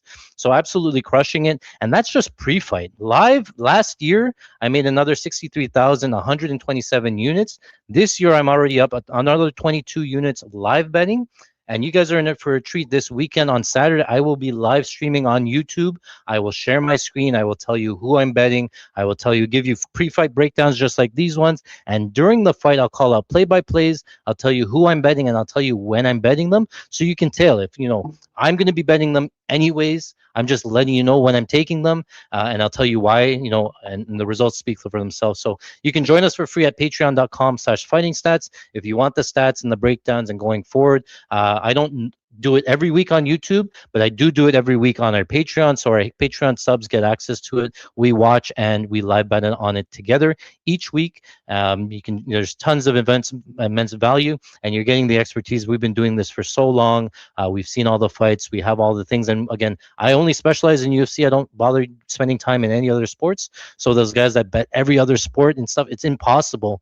I devote all the time this week, every week to UFC, and the results speak for themselves. So again, my name's Artsy, patreon.com/fighting stats. I love breaking down fights, and results speak for themselves. Beautiful. Make sure you guys check him out. Seriously, one of the sharpest out there. And you know what, Art? I have the answer to your problem, because if you don't like to bet the other sports, check out my guy Razor Sharp Picks. We are eating in college basketball thanks to my man, one of the best to do it. Baseball, basketball, we're hitting the dry spell, you guys. No more football, right? We're going to be dealing with baseball and basketball and college basketball. This is the man. So make sure you're checking out Razor Sharp once you get out of here as well. Thank you all so much for being here, you guys. It's been a pleasure. This is an awesome card. This is an epic week. We've got 4 more weeks of MMA before the next break coming up. So now's the time. Let's get in there. Let's cash some tickets. Let's make some money. And I do just want to let you guys know something. One of my favorite terms, or one of my favorite phrases, is something that I keep very close to my heart, and that's that it's impossible to pour from an empty cup. You guys make sure you are taking care of yourself, okay? I know I'm the breadwinner in my family. I am a dad. I take care of my wife. I take care of my daughter. I have dogs, and sometimes there's too much that I have to take care of for other people, and I end up costing myself. Make sure that you guys take care of yourself, because you cannot take care of other people if you're not taking care of yourself. Whether that's stepping away from gambling for a week, whether that's taking a walk every single day, whether that's going to the gym, or even if you just have to lock yourself in the bathroom and sit on the toilet for 10 extra minutes while you scroll on Twitter. Make sure you're doing whatever it is that you need to make sure that you're okay. A lot of us are battling a lot of different things. The world is absolutely insane right now. Make sure you're taking care of yourself so that you can make sure you can take care of the people who are closest around you and who do depend on you, because if you fall apart, they're going to be in a worse spot. So take care of yourself. No one else is going to do that part for you. And then we're all going to be okay moving forward. Love you guys. We'll catch you later on this week. We've got the total takedown, Clint's hot props, and of course the undefeated post-weigh-in show. Love you guys. Let's roll.